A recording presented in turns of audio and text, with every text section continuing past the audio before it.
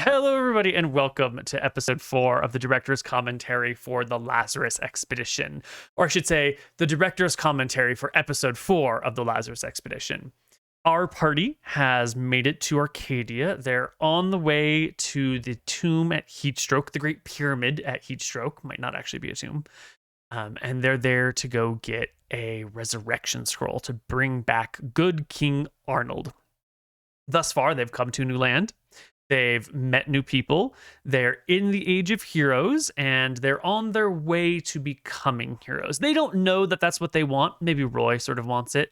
And we're going to slowly turn them from the third-rate assistants on a boat of great people who have all been vanquished by a storm into a real force to be reckoned with.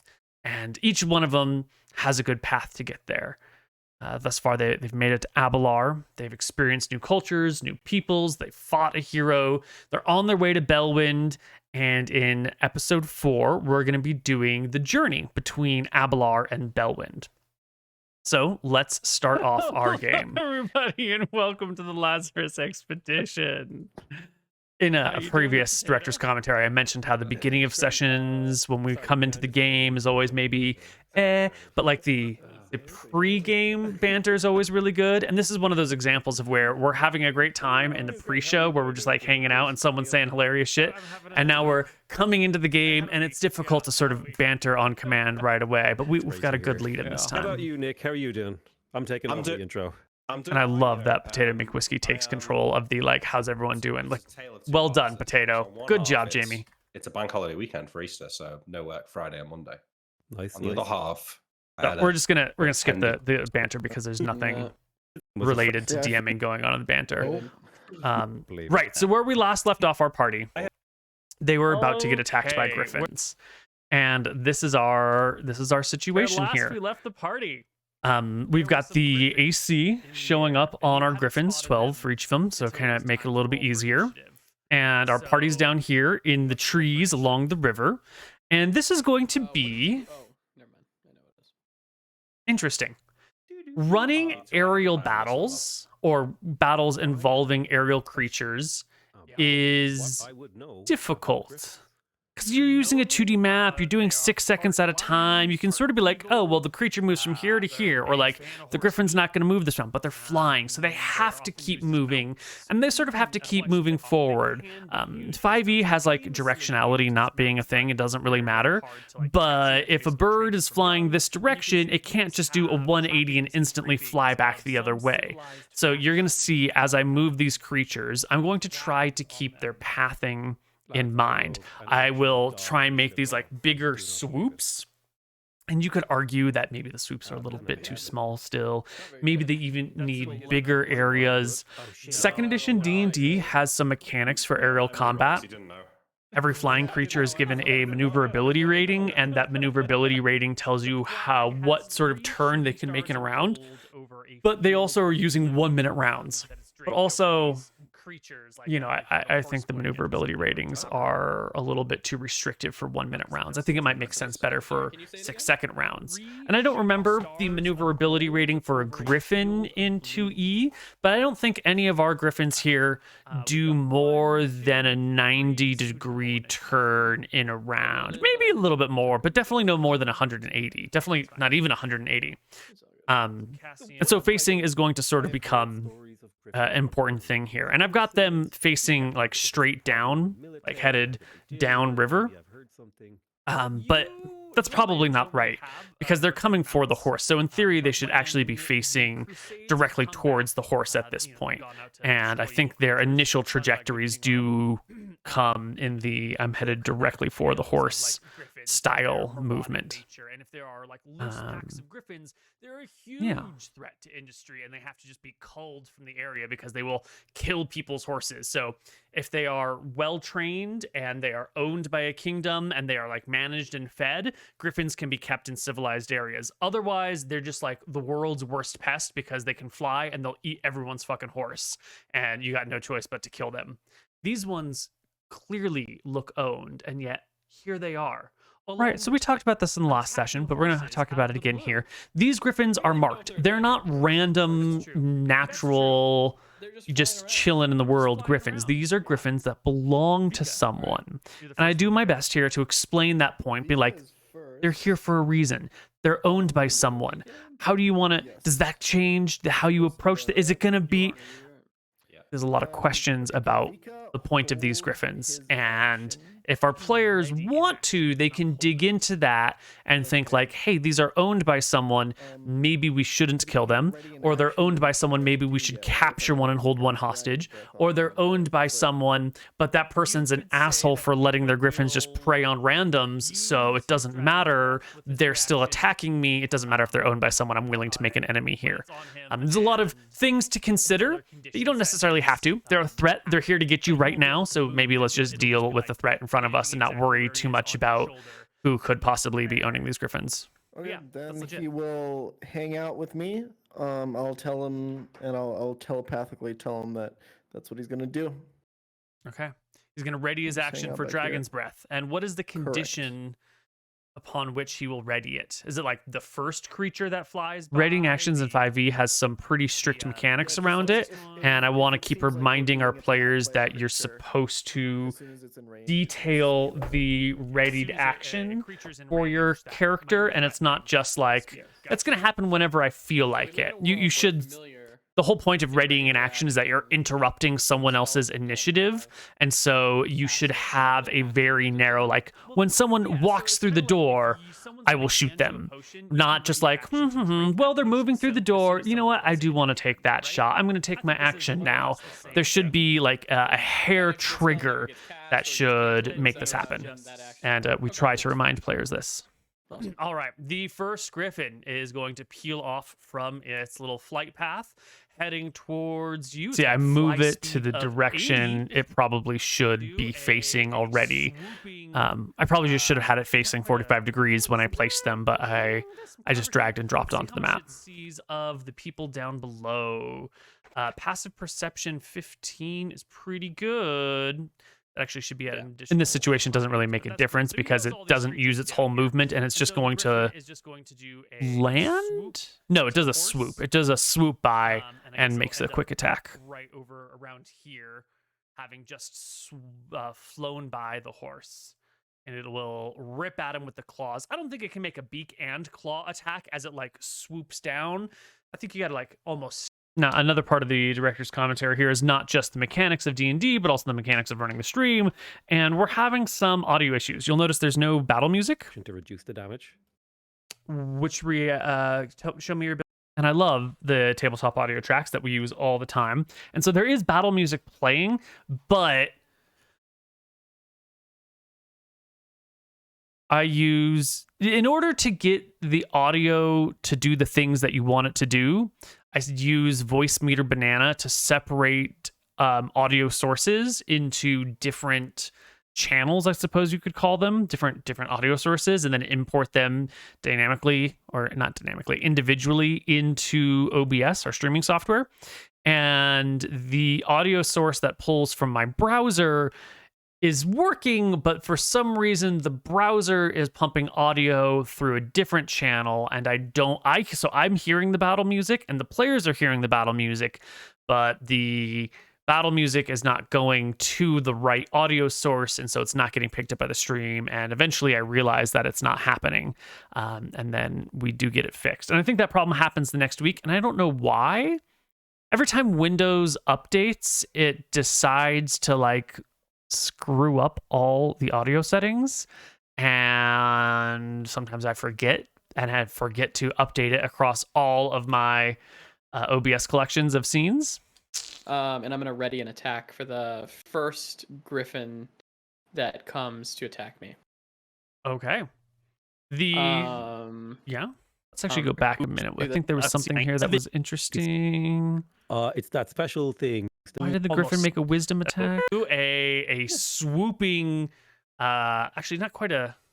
Why did I roll wisdom? There's some cover here. Let's see how much it sees of the people down below. Right. So the griffin is rolling a wisdom check because It sees the horse, it wants the horse. The horse is the food. Griffins love horses. And so it's making a wisdom check, in this case, a perception check, to like, what does it notice about the people down below? And because it rolled really well, I'm going to say that this griffin is coming by to just like rake the horse with its claws and maybe get some horse meat on its talons, or maybe just try to like wound the horse so it can come back and land later, not quite wanting to get down on the ground.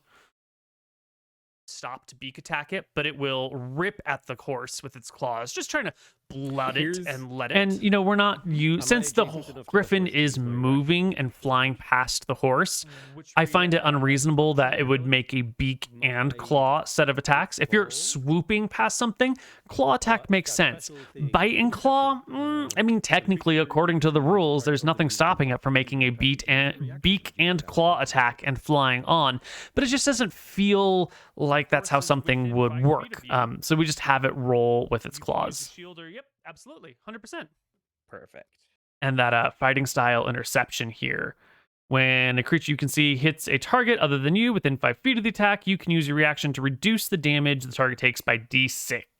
So this is like, you know, you're putting your sword out, or you're putting your shield out, or you're doing something to lessen the damage, to make it a glancing blow instead of a strong blow. And I think Vasher's right next to the horse.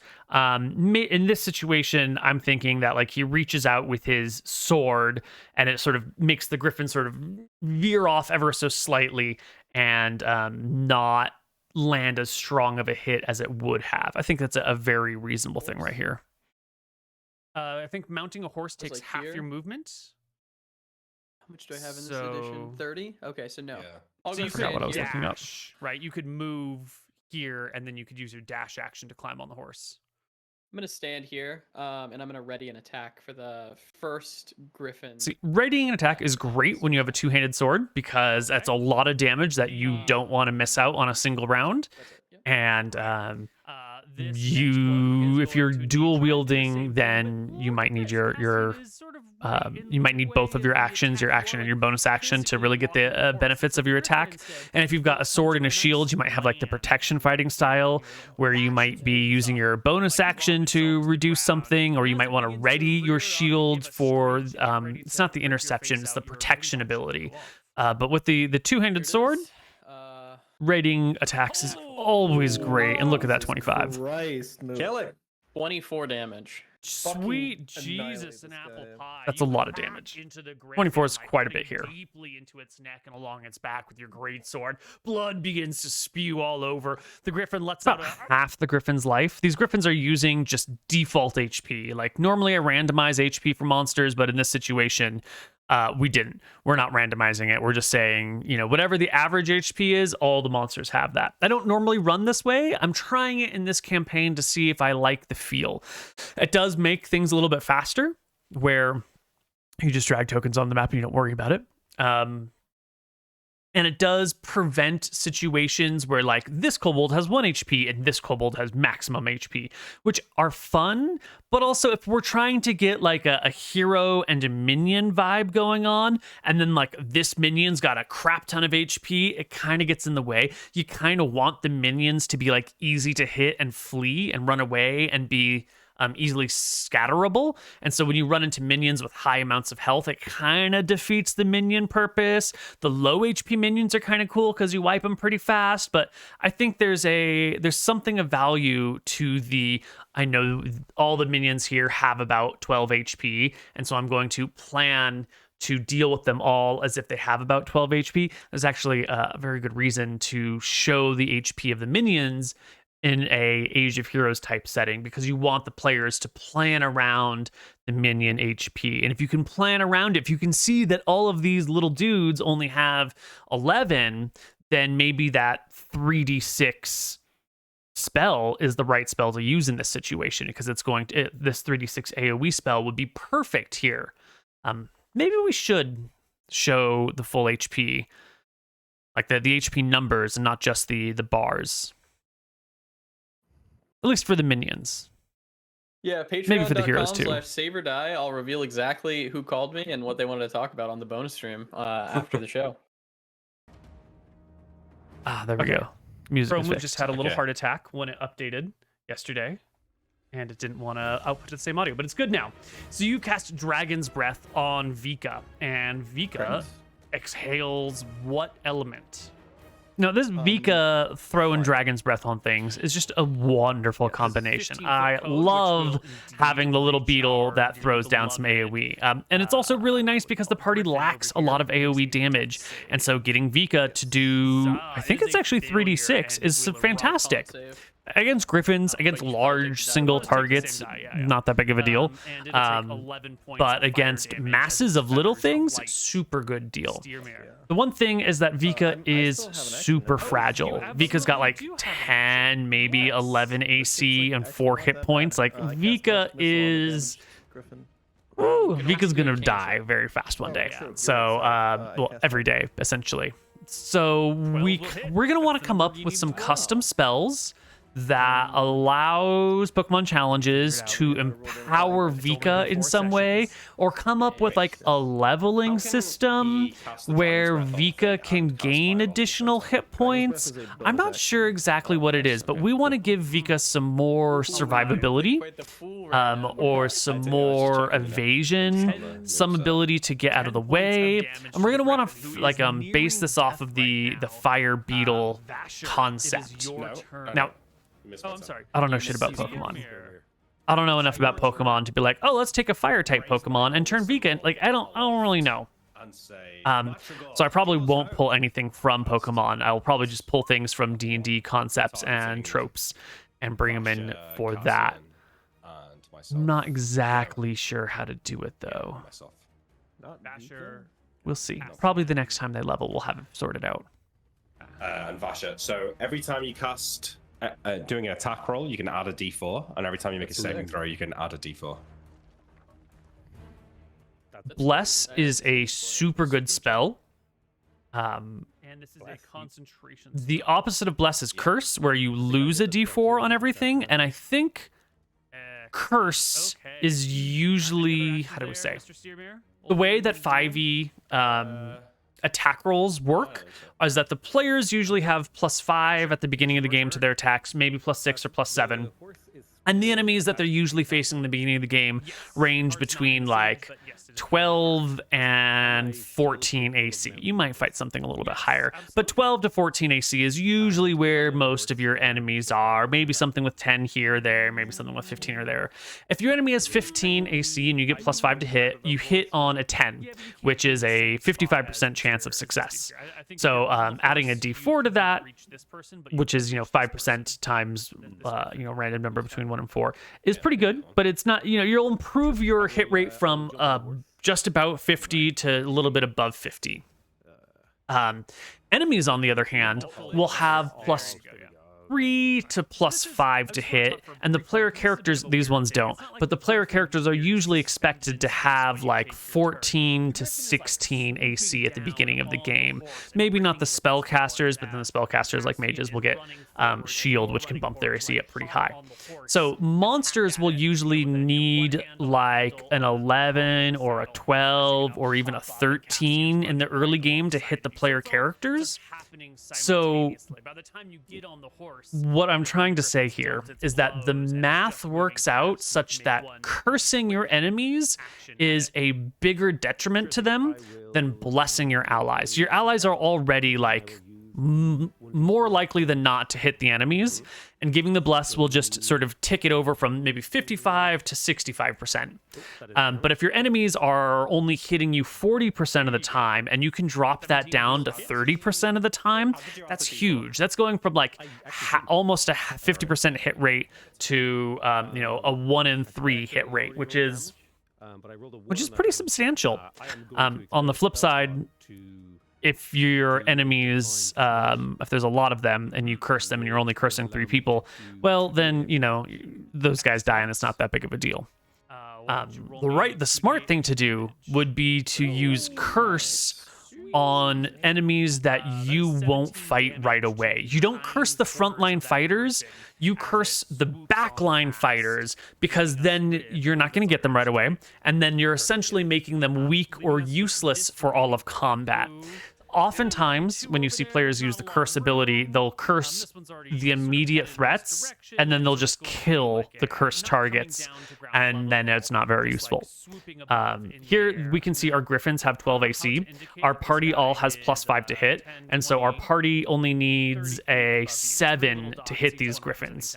A bless is a +2.5 on average. Let's just say it's a 2. So our party essentially needs a 5 or better to hit these Griffins instead of a 7 or better. It's not really the greatest of buffs in this situation. And the Griffins don't provoke any saving throws against the party, because Bless also gives you bonuses on your saving throws. So not to like try to metagame the player's actions here, even though that's exactly what we're doing. Bless is a great spell, but Bless against Griffins in this battle, I mean, maybe. You're basically not going to miss them anymore. That's kind of nice. I don't think... Coming over here and then yeah, he might not have curse memorized. He might not even have access to curse. But if in this battle, if I had to choose between blessing my allies or cursing my enemies, there are 3 Griffins here. I would go to curse the 3 Griffins rather than bless the allies. The other thing is that each of these people is only getting 1 attack per round, so you're only getting that bless once. The Griffins get 2 attacks per round, so they're getting that curse twice. So things to consider. Better to bless a person with multiple attacks than to bless a person with only 1 attack. Better to curse a creature with multiple attacks than to curse a creature with just 1 attack. The save, taking only 5 damage, as it is a lot of math on the back end of D&D to like truly optimize your mechanics. If you want to go that route, which you totally don't have to. And sometimes it's more fun not to. This and sort of begins to prepare itself for another flyby or another pass. Right. One of the other things that we've done here, this Griffin down below, my video's in the way. This one down below, it stayed up in the air because the first Griffin flew over the horse, attacked the horse with raking claws. The second one landed in front of the horse, who was at about half HP, with the expectation of ripping the horse to shreds, but the big man with the sword stood in front. And my understanding of the situation is the Griffin's coming to land to rip the horse apart. This huge guy with a 2-handed sword hacks into the Griffin. The Griffin decides, well, okay, I can't kill the horse right now. This thing is preventing me from getting to the horse. I'm going to rip this guy apart. And he did great damage to, what's his name? Cassian here. But at the same time, Cassian saved the horse's life by taking that damage for the horse. The third Griffin, what is he going to do? Fly right over here? Like, if we imagine the round not as a series of discrete movements, but as a complete fluidity, then you've got one Griffin flying over the horse and the other one coming to land at the same time. Sort of like a group attack formation. Like, I'm going to rake you, this guy's going to finish you up. And there's not really a place for the third Griffin to come in this flight.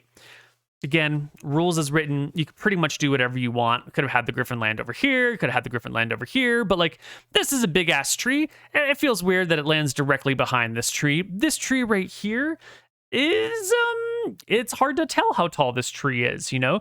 You can't see the trunk like quite like you can with these other ones. And so maybe this Griffin flies this way and lands here. The other Griffin, what, does it fly around here and land here? It didn't feel like it could fit in this space. And it didn't feel like it would be a good idea to just fly and like end your turn directly over the horse, somehow flying ever so slightly slower, but 5 feet behind this other thing. It didn't make a lot of sense to me. And so we have this Griffin flying over the tops of our allies like this, over not the Griffin's allies, but the horse's allies. And I think that's just a smart move for the Griffins to be doing, just sort of in the air looking for an opportunity. It feels very bird-like. And Griffins aren't super smart. Now, this other one that started its turn flying over and raking the horse is going to do like a nice turning maneuver and coming around. Again, it's 5th edition. The rules aren't super clear.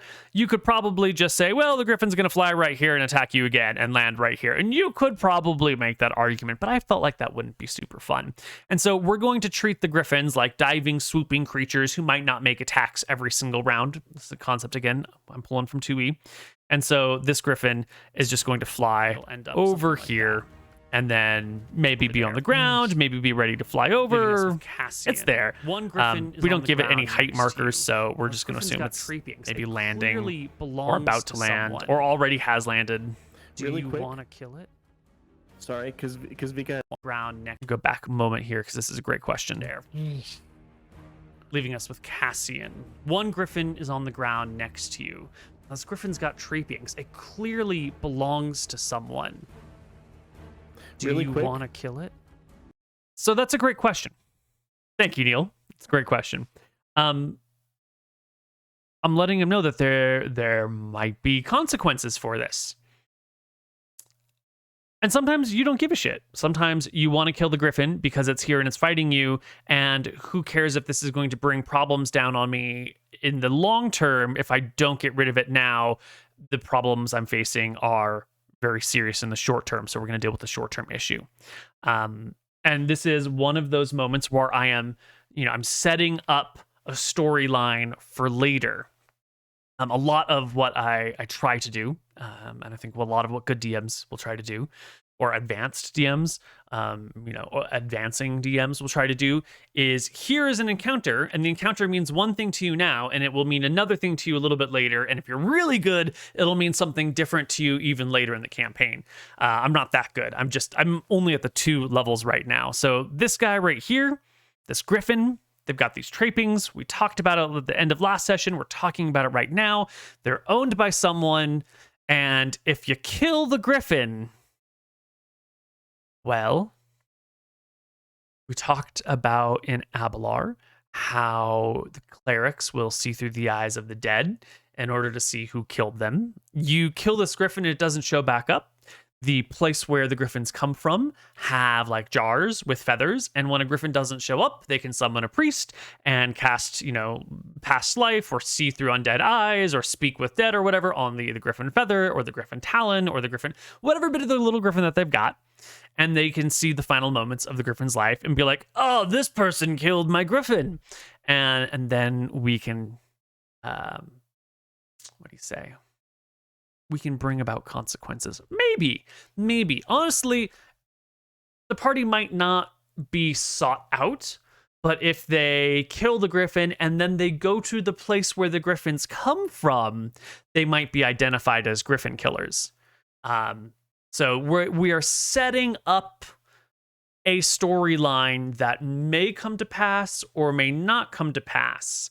At the same time, if a griffin is like badly injured, but survives, maybe the enemy, the owners of the enemy griffins, could you speak with animals to find out what happened in the battle? And depending on how good they can speak with animals, maybe they will learn that, oh, hey, the party drove these creatures back without killing them, and look favorably on the party like, okay, my griffins attacked you, and you actually stopped yourself from killing them, and you could have finished them off, but you chose not to. I am really appreciative of that. I might have understood if you killed my griffins. Thank you for not. Like, there are multiple paths that this story could go down. And also, most likely path is that it won't come up again. But we're carefully placing our stones for those later stories to come. Sorry, because Vika had movement left over. I want him to move like behind a tree a little bit, just like. Okay. Pops up onto the horse, away. spews some fire, scurries behind a tree. Yep. Nice. All right, Cassian. Cassian thinks back to when one of his dogs got out and attacked a random passerby. This is great. Cassian justifying his actions, right? He's not just, I'm going to attack the griffin. He's going to explain why he's going to attack the griffin, but he's not explaining it in like, well, this is what I think. He's explaining it through a past moment of his character. This is a total power play by Mr. Moon. And the dog got put down by the local sheriff. Mm-hmm. His family wasn't mad. It's his fault that his dogs got out and attacked the person. Mm-hmm. It happens. So Mm-hmm. here's his... And honestly, I hadn't considered that point of view when he was saying it. And that altered the way I was thinking about this encounter. Initially, I was thinking these griffin owners are, they're griffins. They care so much about them. They'll, seek vengeance if you kill their griffins. They think they're superior, blah, blah, blah. But then the parallel to like, oh, I have a dog, but my dog attacked someone, and so the dog got killed in the fight. I don't know exactly how like a nobleman would feel about that, but I think if you had like the king's dog who got off the leash and then started to maul someone, and so that person like fought the dog off and killed them, I don't know if the king would actually be pissed at the peasant for like killing their dog in self-defense. That might actually be a completely legitimate point of view, and the way that Mr. Mooten was able to bridge the gap between like dog of a commoner and, you know, mythical griffin of some fancy family. Very well done, Mr. Moon. You have opened the DM's eyes to other possibilities and given a really good story and a really good context as to why your actions are what they should be, or why you are taking the actions that you are taking. It's very good. It's his great sword attack. 14's a hit. 14 for 13. Oh, the griffin is barely alive. So close, you know? It's moments like this when the HP gets really low that I really do want max HP to be shown so they can see that it's got 14 HP and he just does 13 damage. Ugh, and all the feathers have been scraped off of one section. It's in terrible shape. I'm going to use second wind. 1d10 plus 3. Yeah. It's going to give me 9 back, so I'm going to be up to 19. And just a quick little side note. You'll notice that Mr. Mooten's HP bar is like a little bit darker than everyone else's just a moment ago. If we just go back right here and then forward, you can see that the color is ever so slightly changing. That's because he's underneath the horse. And so the horse's HP bar is overlaying his HP bar, and the shadow of the negative HP bar, which has like a little bit of which has a lot of opacity, but not 100% Wait, it has very little opacity, but not zero opacity, is slightly coloring the HP bar on Mr. Moon.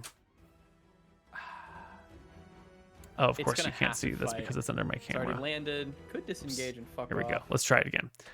There we go. So you can see. Oh no, the positioning is just the worst. If we do this, there we go. You can see Mr. Mooten's HP bar is slightly off-colored. It's not a lot. It's just ever so slightly harder to read, and it's a little bit darker, and it looks a little bit funky. That's just the opacity of HP bars in Roll20. Not super important. Not important in the slightest, actually, but maybe of curiosity. Should have self-preservation. He's not going to action surge. I'm just going to wait. All right, the griffin will indeed disengage. It sort of like rears up and flaps its wings as it like scampers backwards. How much we should do it like ground movement does it have? That's 20 feet right there. There we go. Fly, right? No, it's not flying. I don't know if it can, but it does like back. You know, I don't actually know off the top of my head if 5e has rules for like if something is badly wounded, it can no longer fly. It might have those rules, it might not. Either way, I figured if a griffin, which is sort of like a lion-eagle hybrid, is trying to retreat, which I absolutely would do at the end of its life like this, sort of rearing up on its hind and flapping its wings and waving its claws would be a really good way to back off. And so I just had it retreat for the whole round on foot. I guess I could have said, you know, it retreats to here and then jumps into the air and flies the rest of the way. It's a legitimate thing. I prefer to do it this way for no particular reason. Wings at you as it just retreats a little. Roy Waystar, this noble beast, this beautiful griffin. Roy is admiring its beauty, and he's freaking out a little bit because he sees it, but also he sees that it's attacking us. He said it's 30 feet in the air, right? Yeah, this one right here is 30 feet in the air. Yeah, Roy's talking about the one over here. Of a magic missile. It is. Let's fucking blast him. Magic missile, such a good spell. Such a solid spell.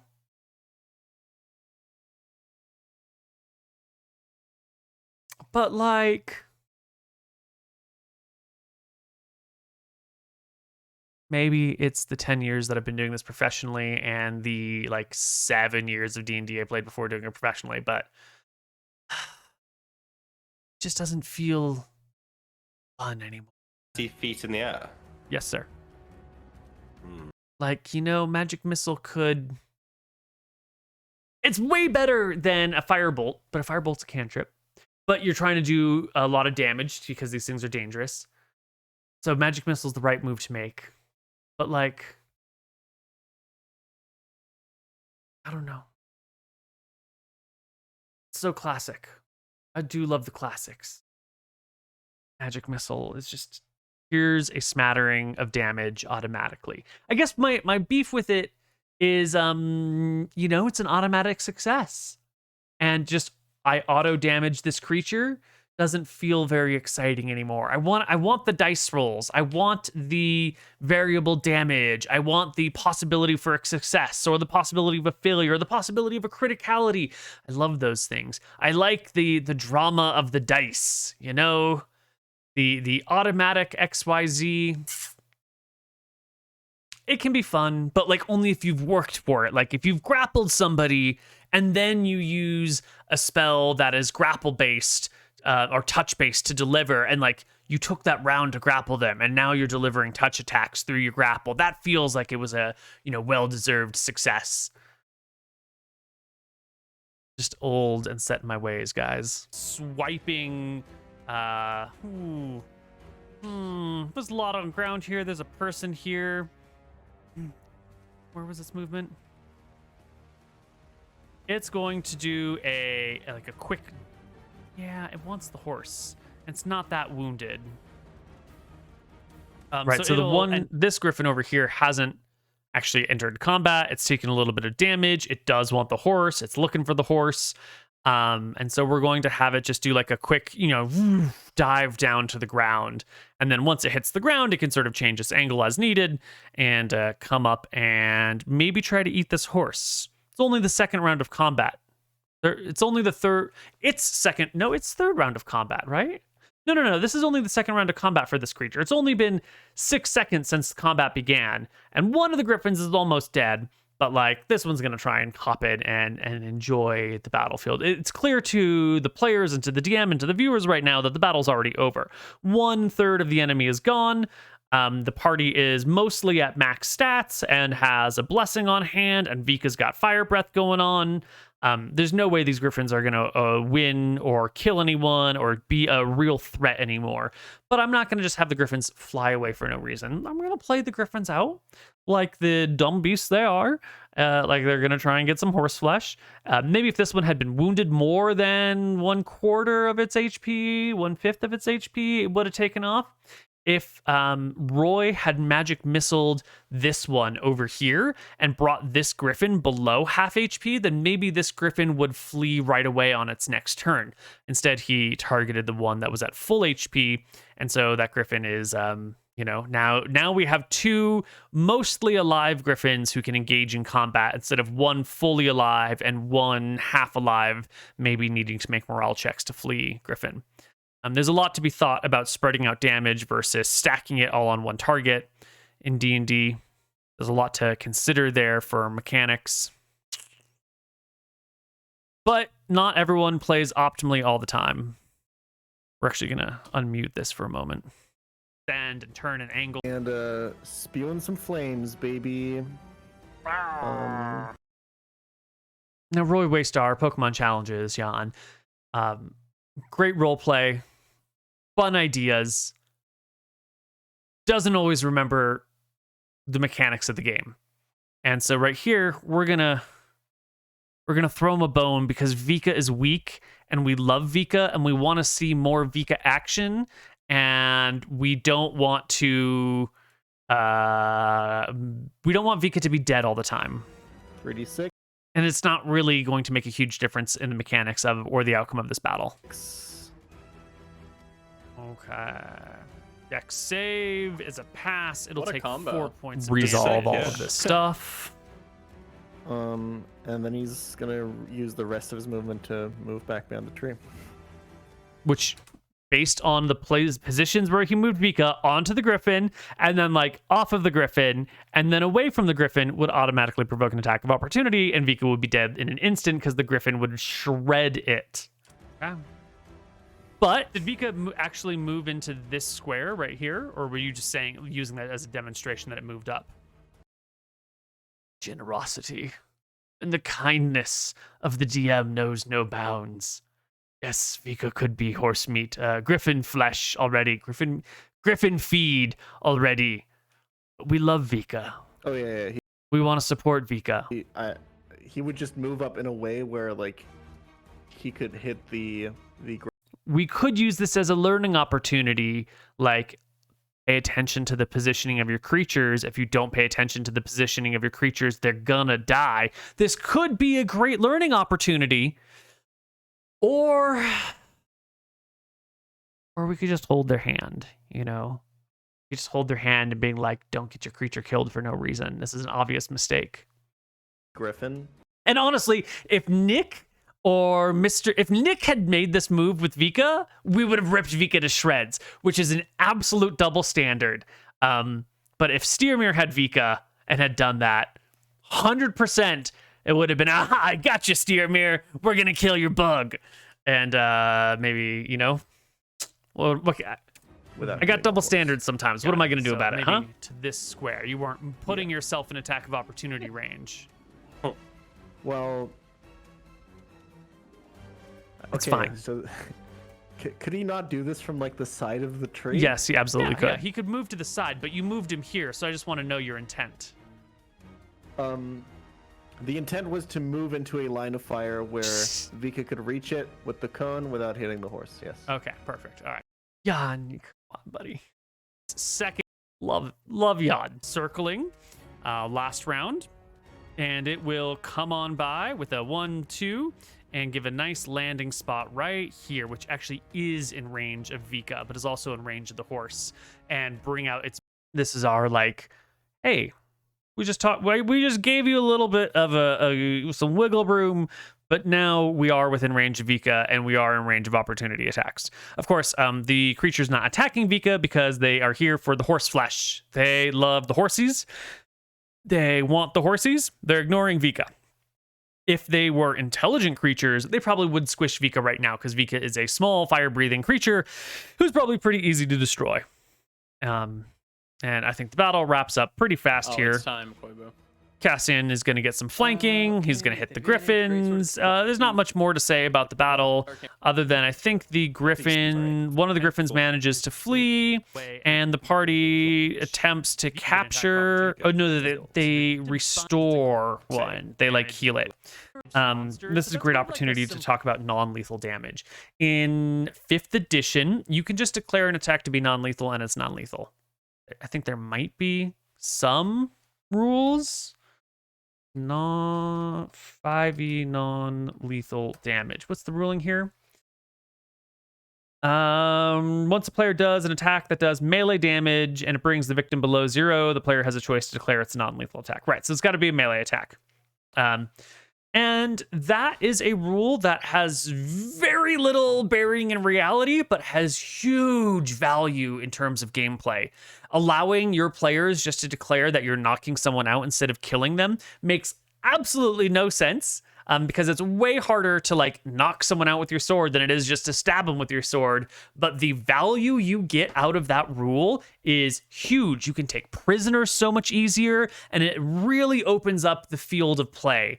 And at first, I really, really didn't like that rule. I thought it was dumb because the simulationist side of it was bad.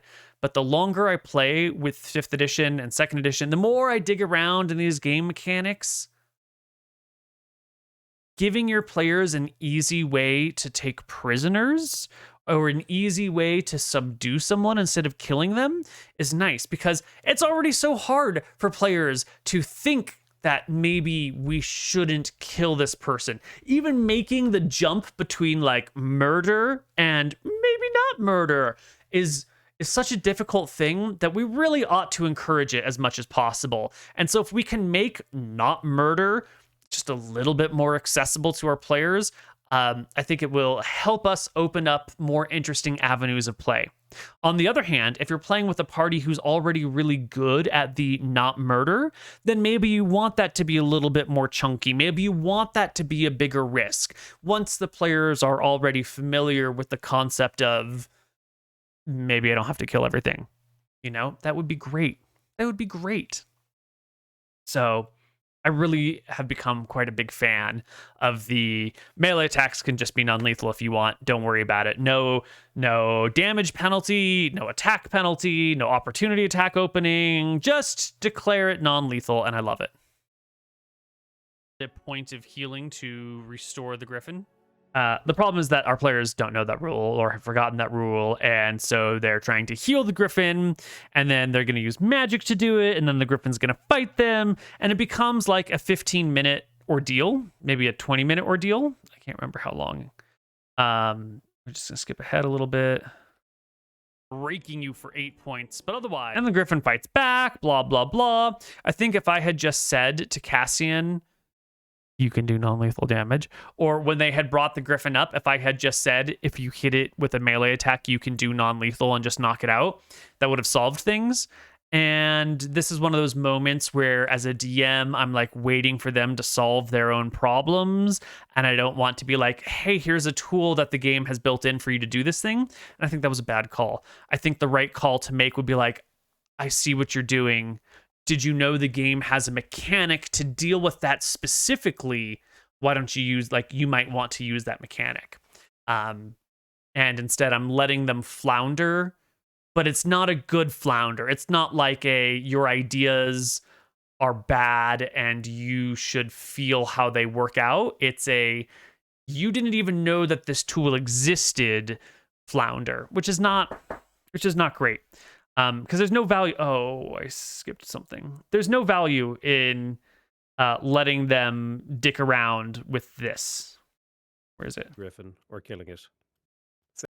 Yeah, it doesn't really add much to the game for them to be like, we're trying to save it, but it's fighting us. Now we're hitting it, and I'm gonna try and grapple it with a rope, and we're gonna try and lasso it, and like there might be some fun stuff in there. But when there's a mechanic that is built in automatically, like, I think that was a bad call on my part. Cross the river, or we could continue on. Right. But not. Oh, sorry. Yeah. You hit it with a pommel. Yeah. You just whap it over the head and the Griffin collapses. I bludgeon it with a sharp, heavy metal object, non-lethally. The handle is blunt, okay? We're using cartoon rules. But Judge, I was using non-lethal damage. I mean, I don't know what happened. One of the things I do like about second edition and 0 HP being death, or even negative 10 HP being death, is I'm trying not to kill this person, but my attack critically hit, and so I accidentally killed them. I like the opportunity of that happening. 5e doesn't really have any rules for that happening, but I think it's very fun. I turn to Plax and I say, Plax, get us across that river. Give me a plan. Is there anything nearby? We could go back to Abelard and get a boat to go across the river, or we could continue on our journey Plax. to major crossing point. NPCs as permanent party members or guest party members creates opportunities and creates challenges. When the characters turn to the NPC for help and information, that's great. We want them to work with the locals and gain knowledge through the locals. But when the NPC becomes solve my problem for me, DM, then it's a little bit like the DM saying, here's a problem, and the players being like, fix it yourself, DM. And then you're like, okay, well, the NPC solves it for you. And it doesn't feel super fun. You want the players to feel like they're getting something out of the NPC, but you don't want them to feel like the NPC is replacing the part of the game where it says play the game. And that's difficult. It's really difficult. If you have an NPC that is effective in combat, then sometimes combat becomes DM versus DM. And that's not very much fun. If you have an NPC that knows a lot, then sometimes overcoming challenges, what do we know, is just DM versus DM. And that's not very fun at all either. So finding the right way to use your NPC so that they are not replacing the game, but adding to the game is a tricky dance that you have to do with yourself. Or I should say docking points. I don't think any other boats. No. Which place is closer? This country. Abelard, he says, pointing 3 days back behind you. We call out 3 days because no one wants to turn around and go back 3 days, my God. I raise my hand and I say, all in favor of leaving the Griffin or killing it. Say aye. You get looks. It's a good thing I'm the only one with the vote, and I attack the Griffin again. Wait, I raise my hand. Vasha, no, don't kill it. Listen, I'm attacking the Griffin. No, I'm wait. tired of you guys making real bad We decisions. can just leave it here. It'll fly off. It'll go home. It'll recover. Okay, we can leave it here, but we're not taking it with us. We're not taking a All right. dangerous animal that tried to kill us with us. Yeah. Help me That's get it fine. off the. Thank you. Thank you. That is the only intelligent move to make. You do not haul the Griffin. It's bad enough that you're hauling seaweed with you. Don't haul the dangerous Griffin who wants to kill you with you. It's not, there's no value. The effort reward of that is a bad ratio. And Potato McWhiskey, great leader of men, fantastic leader of men, knows the right thing to do. And when the party doesn't vote with him, he says, good thing I'm the only one whose vote counts. We're killing the Griffin. Good job, Jamie. The card then. Okay. I'll help him get it off the cart. Can I write a note? Yeah.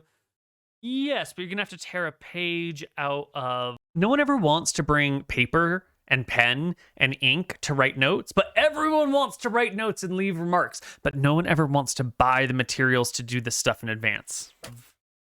Roy's spell book. You gotta convince Roy to give up a page of the back of his spell book for you. I'll just rip some of my common clothes.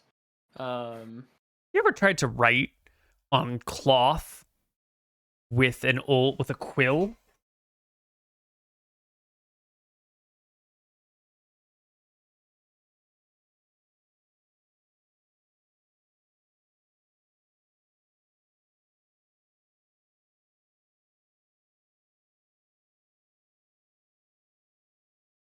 Okay, I can't find my quill right now. I was going to show you that the tip of a quill is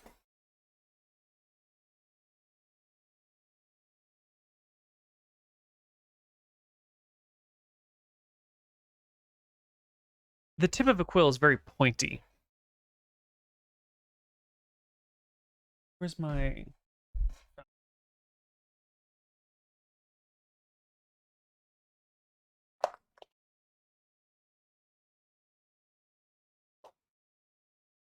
All right, I can't find any of my quill-like objects right now. It's very pointy, and it doesn't write on cloth particularly well. It barely writes on paper well. I mean, it sort of does well on paper, but it would not write well on cloth. Does that work with ink? It does, but you're gonna have to like dip your finger in ink, and so the message has got to be short. It can't be like a nice scrawled thing because you're using like a piece of cloth and a finger, because the pen won't write on cloth like that well. I'll write like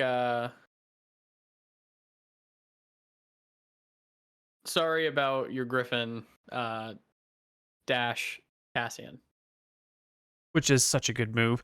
If we run into these Griffins later, they all survived, they were all wounded, and he wrote a sorry about your Griffin message. If they run into the Griffin owners at any point in the future, they're going to get some good social credit. They're going to get some good social credit if they run into the Griffin owners at a later point in time, which I really don't know if they will. But if they do... Was that enough? Nice. That's or too much? Good enough, Okay. yeah. That's good. As the party starts to leave, I will just turn back around and go up to the Griffin as people are just sort of wandering off. And kill it. And I kind of crouch down near it, Neal, like 5 feet away. Kill it. Slightly calm? It's not still freaking out from the failed animal handling saves, obviously. No, it's not in a unconscious, good yeah. way. Oh, it's unconscious. Great. Yeah. Oh, can I Do take its like regalia off as well? Whatever it's got. Yes. Well, no, the regalia is the note that's on it. That's Oh. that's where the note is written, yeah. Do I feel like if I cast a healing spell on it, it will immediately wake up from being unconscious? Yes. All right, never mind that. I pat out on the beak and then turn back around. Good boy, Nick. He's come a I long think way with from that, his dog we should kicking go to our days. first Break, and we'll be back on the other side with a little. I assume. Then maybe we could ask the town, like, could we negotiate the ability to rest inside their town? Like, we're obviously wounded after fighting. Just like, hey, we need like 1 or 2 days so that we can get ourselves back. So we had brought the travel to various towns, villages along the way, and the villages being wary of outsiders. And the party here wants to rest in the village. They're wounded. From the villager's point of view, right? You're in a hostile area. It's lawless lands. Here are some people who are clearly already in a fight and are clearly dangerous because they're badly damaged from a fight, but they're all still alive. And they're showing up to your town and they're asking to come in. And it's the Age of Heroes. It's a pretty big risk to let these people into your town, you know? If they are bandits or monsters or villains or out to just take your stuff, and you let them in, they could take all of your stuff. And so we're going to use something that I bring up all the time. The cost of entry into a town is disarming yourself and giving over your weapons and your armor to the town guard. And that way you are vulnerable when you're in the town, and the town guard has something of yours in collateral, so they can maybe, like, if you're an asshole, they can hold on to it. And that is a really nice, prove your trustworthiness by giving up anything that could be dangerous. And I really like that approach to not like a full long buying trust of folks. The other thing that they could have done is throw money at the problem, but they don't have any money because they're broke.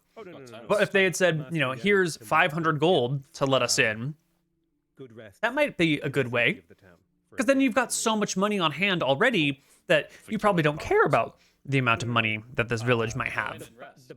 So there's a lot of ways to buy trust. Okay, well, if they'll let us in, then yeah. And giving up all of your stuff is a good way to buy trust. The offer, they will accept your offer in exchange for you handing over all of your weapons and armor to the town guard. If you come in completely unarmed and unarmored, with safety thing, we're gonna skip ahead. They rest. But they also try to get out of paying for their inn by persuading locals to stay in their houses, which is mixed. There is an old trope of, like, walking through a village and asking someone to stay in their barn. And that makes sense in a more like grassland, rurally area where there's barns and fields. But we are like along a desert coastline where there's the big river and then there's sand and dirt everywhere. And so you're not going to have like big barns with hay lofts because there's not a lot of grass fields nearby. So there's not really a barn to sleep in. And being a stranger in a land like this where everything is lawless and dangerous, and like walking up to a house and be like, hey, can I sleep in your spare room? Like, they probably don't have a spare room. There's probably actually not a lot of validity to this approach, but who wants to stick around? And like, we've already struggled in this campaign a little bit with new people in a new culture and not quite understanding cultural norms and like running into mixed expectations of cultural norms. And so we resolve it with a persuasion check. Just like, can you convince someone? Cool. If not, let's not worry about it and just pay up the money. And I like the players trying to save some money by seeing if they can stay with individuals instead of, I like it when the players think out of the box for solutions, and I say the solution is pay money, and their solution is like, can I do it somehow more frugally? Here's an opportunity. I like that.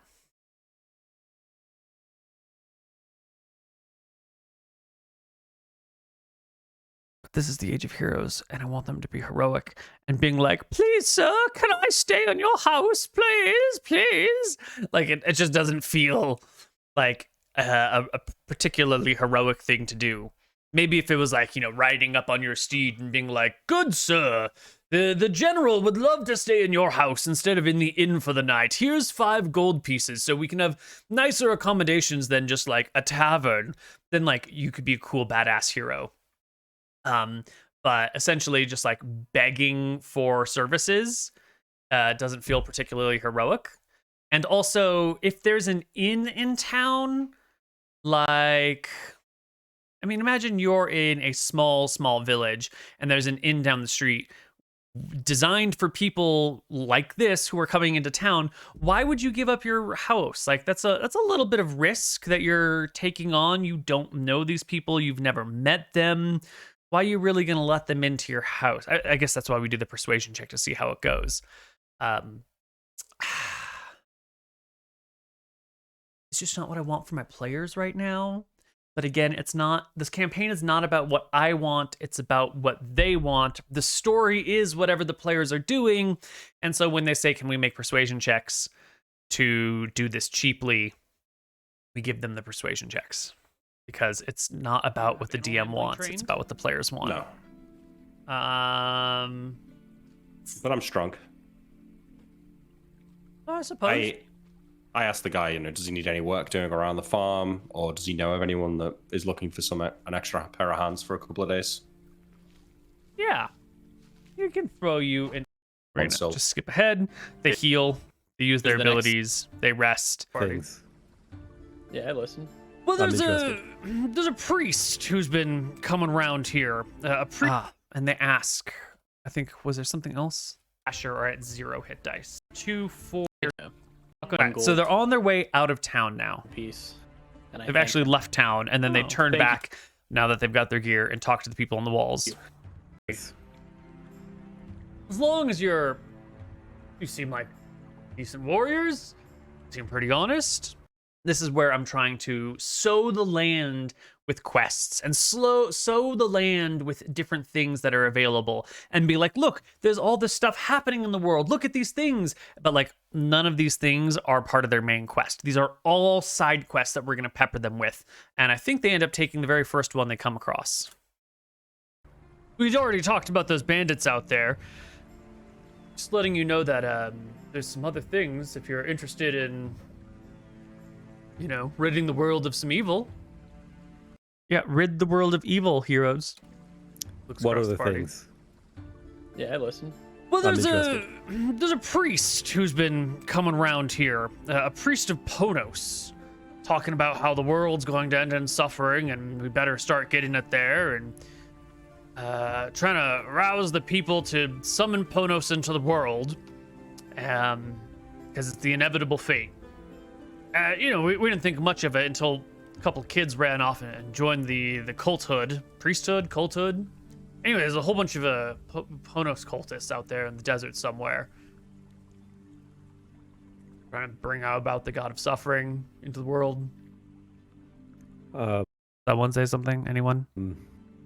So Vashir feels a little bit conflicted here in that, yes, they are children being, taken off into a cult, but also he believes that commandments and laws and things that come from divine origin are sacred. And so he would not necessarily jump to intervene in this. So, yeah, I'm interested, what would my view be on it? As a generalist cleric, obviously, now and again you say a prayer to Ponos, that's fine. But would I feel like maybe trying to summon him into the world is getting a little bit out of hand? These are great questions. Like, what is my relationship like with the gods is a really good question. And I think the DM has a little bit to say, but much of that decision comes down to the players. Probably. If they're trying to bring about the end of the world through suffering, that might not. But it's not like anything done in any god's name is legit. It's like, there has to be proportion. If someone was trying to bring about the rapture and the end of Earth, and you're a Catholic or a Christian of some kind, are you really pro-rapture? I don't know. Maybe you are. Maybe you're not. I'm trying not to tell the players this is your opinion. I'm just trying to provide them with some perspective. And the only real world doomsday thing that I can think of is the rapture. Although I guess maybe what was that? There was a comet that came by. The Heaven's Gate cultists all believed that the comet was a UFO, and if they died in their sleep, that it would take their souls up.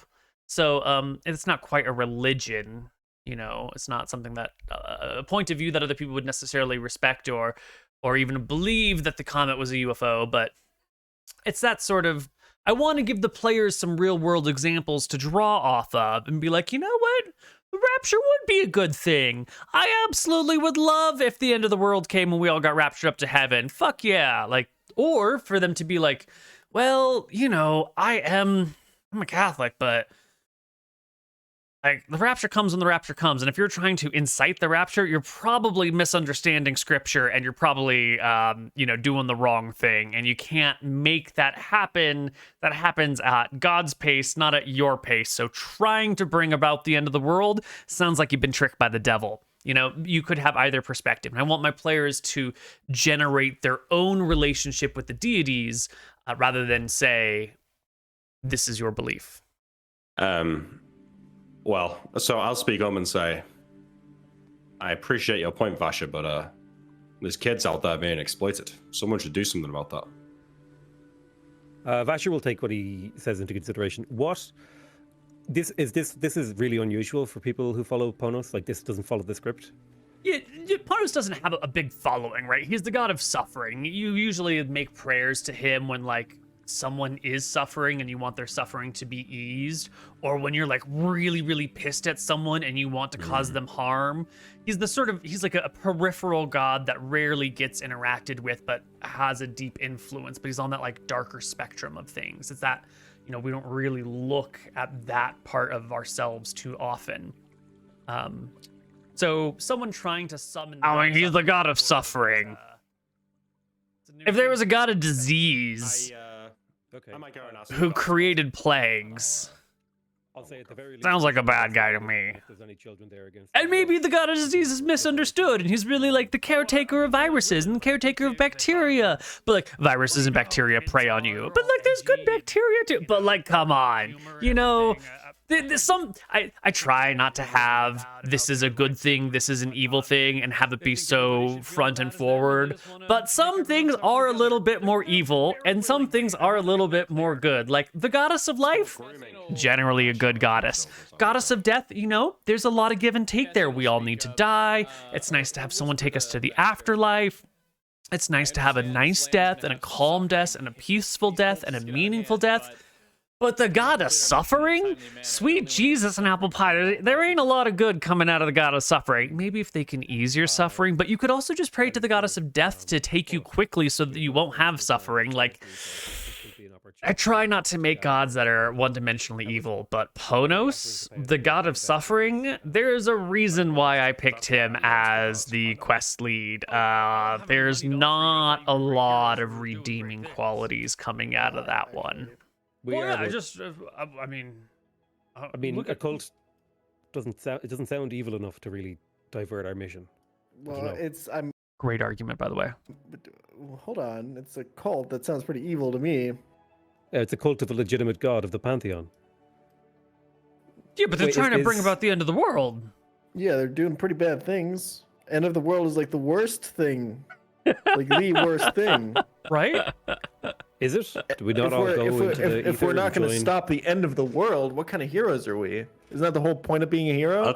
Thank you, Roy. Yes, Roy, the idealistic youth. He sees that sometimes it is a black and white picture, and he's going for it. And all these people digging around in the moral quandaries, which is wonderful, and I love my players to dig around the moral quandaries, but Roy's here to give us some real perspective. And a good D&D party has both. It has this is the obvious answer, we need to do it. Duh, it's the god of suffering. They're trying to end the world. We've got to stop it. And you need the character who's like, but isn't that okay? You want both in your party, and we get both, and I love it. That's like Hero 101. Yeah. This is a theological debate that I'm ill-equipped to have. I'm sorry, Roy. We have bigger fish to fry, as they say. Bigger fish than the end of the world? Convince me that this is more worthy than saving our kingdom. Do you really think that a bunch of children and a weird guy in a cloak are going to bring about the end of the world in the middle of the desert, in the middle of a continent filled with evil? And he's got such a good point. He's like, dude, this guy's just trying to bring about the end of the world. Do you really think he's going to do it? Of course he's not going to do it. We don't have to worry about this. He's just some fucking crazy dude trying to... Like, he's not going to succeed. It's a ridiculous quest. We don't even need to bother with it. Super valid point, and I'm really glad he brought that up because it's kind of funny. It's kind of funny to, like, neg your enemies into insignificance, and I kind of love it. Well, it sounds like that's what they're trying to do. Yes, I can flap my arms and try to fly. It doesn't mean I'm going to get any fucking where with it, does it? Well, I'm not so sure. You've done some pretty great things. I think you don't think highly enough of yourself, Vasher. I'll give a serious attempt to try and fly by flapping my arms. What do you want, an athletics check? Yeah, if you can roll me a 100 on your athletics check, you can fly. At I got a disadvantage, 23. though. It's not good enough, buddy. But it Is looked there- for a moment that I was going to lift off. To Roy, maybe. Good. I am very impressed by this feat. Yeah. Thank you, I- officer. And I think I asked the guard, like, what have they done any actual crimes, like any actual negative things, other than like leading off children, like teenagers? I don't know. The priest came by. He had like a cloak covering one of his arms. Like a dark. Yes, there's a reason why one of his arms was covered by a cloak. Look on his face, and he called up to us, and he said, Ponos, the great god of suffering, is coming to this earth one day. When he does, everyone will die in the hellfire and damnation, and those of us who join with him early on will be spared the worst of it. And since it's the fate of all of the world eventually, and it is the will of the gods, we should all band together and help bring Ponos, the great beast, as he called him, into this world. And I told him to fuck right off. No, thank you. Get the hell out of my town. And he had, some acolytes there with him, and I turned and talked to the other guards, and we all had a good laugh at the tavern the next day. And when we woke up in the morning, the kids at the tavern heard, and they had left, and they had scrawled some notes saying, we're gonna go find those Ponos people because it sounds like. So I don't know what that helps you with. This is actually interesting information. I'll turn to. I was looking for volunteers. Booked Right, I so we're gonna missed- skip ahead. The party eventually decides to go with food. And now we're, as a DM, we're tasked with how do they get to the cult? It's a desert. They don't have a guide. But also, and I think one of the players brings this up. If you're going around trying to recruit people to your cult, you got to have a way for them to find it, Because you might go and proselytize to a group of people and no one volunteers to join you right away. Like, what if someone follows afterwards when no one else is paying attention? Like, you need your headquarters to be findable for your recruits. If you've got like a secret hideout, how's anyone ever going to join you? And these people are going town to town asking for people to join them. So their base has got to be findable. And so the journey from this outpost, this village, to the cult headquarters is really easy. We essentially just say, you arrive. I give it a little bit of description. You head into these hills. I say it's not sandy over here. It's a little bit more rocky because I know that they're in a cave and it's got a big, hilly side. So I talk about the transition from terrain of flat area near the river to rising up in the hills a little bit. And I talk about these obelisks they can see because I know that outside of the cult headquarters, there's a battle. And we're just going to kind of skip up to here. There we go. So we've got there's a face. It sort of looks like a skull maybe. And then the party's back over here and he's got a horse and a cart and some stuff. And there was talk about maybe riding ahead and seeing what's up. And so I wanted to give the party lots of time to be you see it in the distance. What do you do about that? And that's because I don't want to just bring the party on the map and say you're here and then have someone be like, no, no. I would have done XYZ. But at the same time, we don't want to do the thing where one person goes to scout ahead and then they do like an hour and a half of scouting all on their own and then they come back, or they like do half an hour of scouting and then like, I think I can get in and take it. And then they like get overly involved and overly ambitious and end up either winning the game by themselves or getting captured. We sort of want any sort of scouting to be a short, 2 to 5, maybe 10 minutes, but not more than 10-minute expedition. And I don't remember exactly how we end up here, but we end up on the map. Now, on the map, these things right here, there's one here and there's one right below where my camera is. These little depressions have little fat monsters laying down in them, basking in the sun and waiting to jump out and grab at people. And I don't put them on the map because they're hiding in the depressions where people won't see. And we go up, and we have our our cultist in a yellow HP bar because, hey, maybe he's not a bad guy. Maybe he's cool. So I woke up. Hail! Hello there, fine fellows.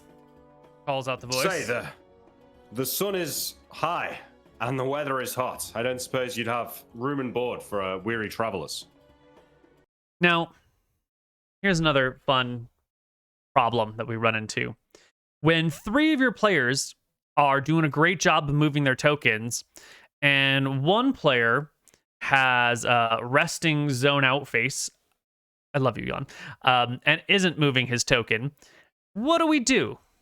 Do we assume that he's back here hanging out the horse? Do we assume that he's walked up with the rest of the party? Do we stop and ask him? If the party is always moving their tokens and we stop and ask him where his character is, we're going to be stopping the game a lot and asking him where his character is. It's going to be a frequent thing. And we don't necessarily want to take that much time in game. And we also don't want to feel like we're picking on poor Jan by being like, hey, buddy, where's your character? Everyone else is like moving your thing. I know the guy's got some, distracted. He's a distracted man. And we're playing with him. And I don't want to harass the guy, So what do you do as a DM when the party is moving their tokens and the other guy's not, and the positioning really matters? I think it's at this point that you've approached, you can see that there are other things here that are sort of like hiding in the shadows off to the side. Like, up here, done wrong for some. This is where I'm desperately trying to switch the monsters' HP bars from red to yellow. And so I talk a little bit more slowly and I pause and I mutter some things and I'm buying myself social time while I change the HP bars. Up here, there's a fat little monstery thingy. And same down here. It's like a weird, you're not really sure. You've never seen anything like it. It just seems like a fat little. Does it look like some sort of horrid demon that only like a really evil person would summon? I mean, it looks like this. Oh my god. Jesus, like is that safe for dragon. work? So it's just kind of chilling there, both of them. Again, Nick asked the pointed question, does it look like an evil monster? And I try not to say, yes, it's an evil monster that only a bad person would summon, by just showing them the token. And look at Nick's face. He realizes what the fuck is going on. Look at this adorable face. Someone should make this an emote somewhere. It's cute. And I'm trying to let them make up their own mind about what this thing is, but I think we all know what's going on. Is that safe for work? So it's just kind of chilling there, both of them. One on the top, one on the bottom. So as I'm saying that, my volume tails off a little bit as I look to both of my sides and see these things and then look back to the man. Mm-hmm. I give an eye to one of them and I study it. Are they wearing armor? Nope. Do they have a weapon? Nope. They got no clothes either. Completely naked. I'll point to one and kind of give the guy a, what are these? And this brings us to that awkward point where, once again, our players don't want to be the ones to instigate violence. Our players are keeping an open mind about this thing. And our players are walking into a situation where it's pretty obvious these cultists that are trying to bring around the end of the world have like summoned some sort of weird, strange, monster-y, demon-y thingies. And this guy's clearly a spellcaster. Like, he's got some green shit going on in his hands. But nobody wants to be the ones to be like, you're an evildoer, I'm going to smite you. You know? And so there's that dance once again, where people are looking for casus belli, right? Everyone's looking for a legitimate reason to begin the bloodshed. And let's play the dance. The person steps forward. Have you come to join us? Have you come to bring about the end of the world? I'm giving them an opportunity, end of the world, to get rid of all the sinners. Oh, well, that's not so bad. Just the sinners? And to ease the suffering of the great masses. Oh, it sounds kind of reasonable. This hell we've been born into is not fit for any soul. I mean, I'm kind of playing into the modern Zoomer, millennial, the world's falling to pieces and everything's a piece of shit. You know, it's kind of relatable content these days. We must all be released so the gods can try again. That doesn't sound like the worst idea. Start the world over fresh again? I mean, I might buy into that. Okay, number one, that's a lot. Number two, no, we're just weary travelers looking for somewhere to rest for the night. But perhaps this isn't the place. So what if you're a cult leader, huh? Or just, you know, not even the cult leader, but a cult assistant. And some people show up at your cult dwelling that's supposed to be about bringing the end of the world, and they say, hey, we need a place to rest for the night. Can we come on in? It's a great line. What do you do? Now, in retrospect, you open your arms with hospitality and you say, come on in, and you turn it into an interesting thing. And I think sometimes I get a little bit too caught up in the, like the gritty mechanics of things, and I don't accept the ridiculous hypotheses that the players give. And I think sometimes accepting the like, sure, come on in and rest. Let me talk to you about Panos, the god of suffering, while you like take your load off inside would be great. But I've mapped out the dungeon. I've got special lighting figured out, and I'm kind of chomping at the bit. This is where if you prepare too much, you get stuck in a way of thinking, and you're a lot less flexible. And so this is I've already prepared this dungeon. I've got a cool monster at the end of the dungeon. I'm so excited to use my cool monster. And so I don't roll with the punches as well as I could. You are suffering from your long journey. Why don't you come inside? Let us show you the ways of our people. And I take it all back. I did the exact right thing. I had forgot I said that. You too can find a way to end your own eternal suffering.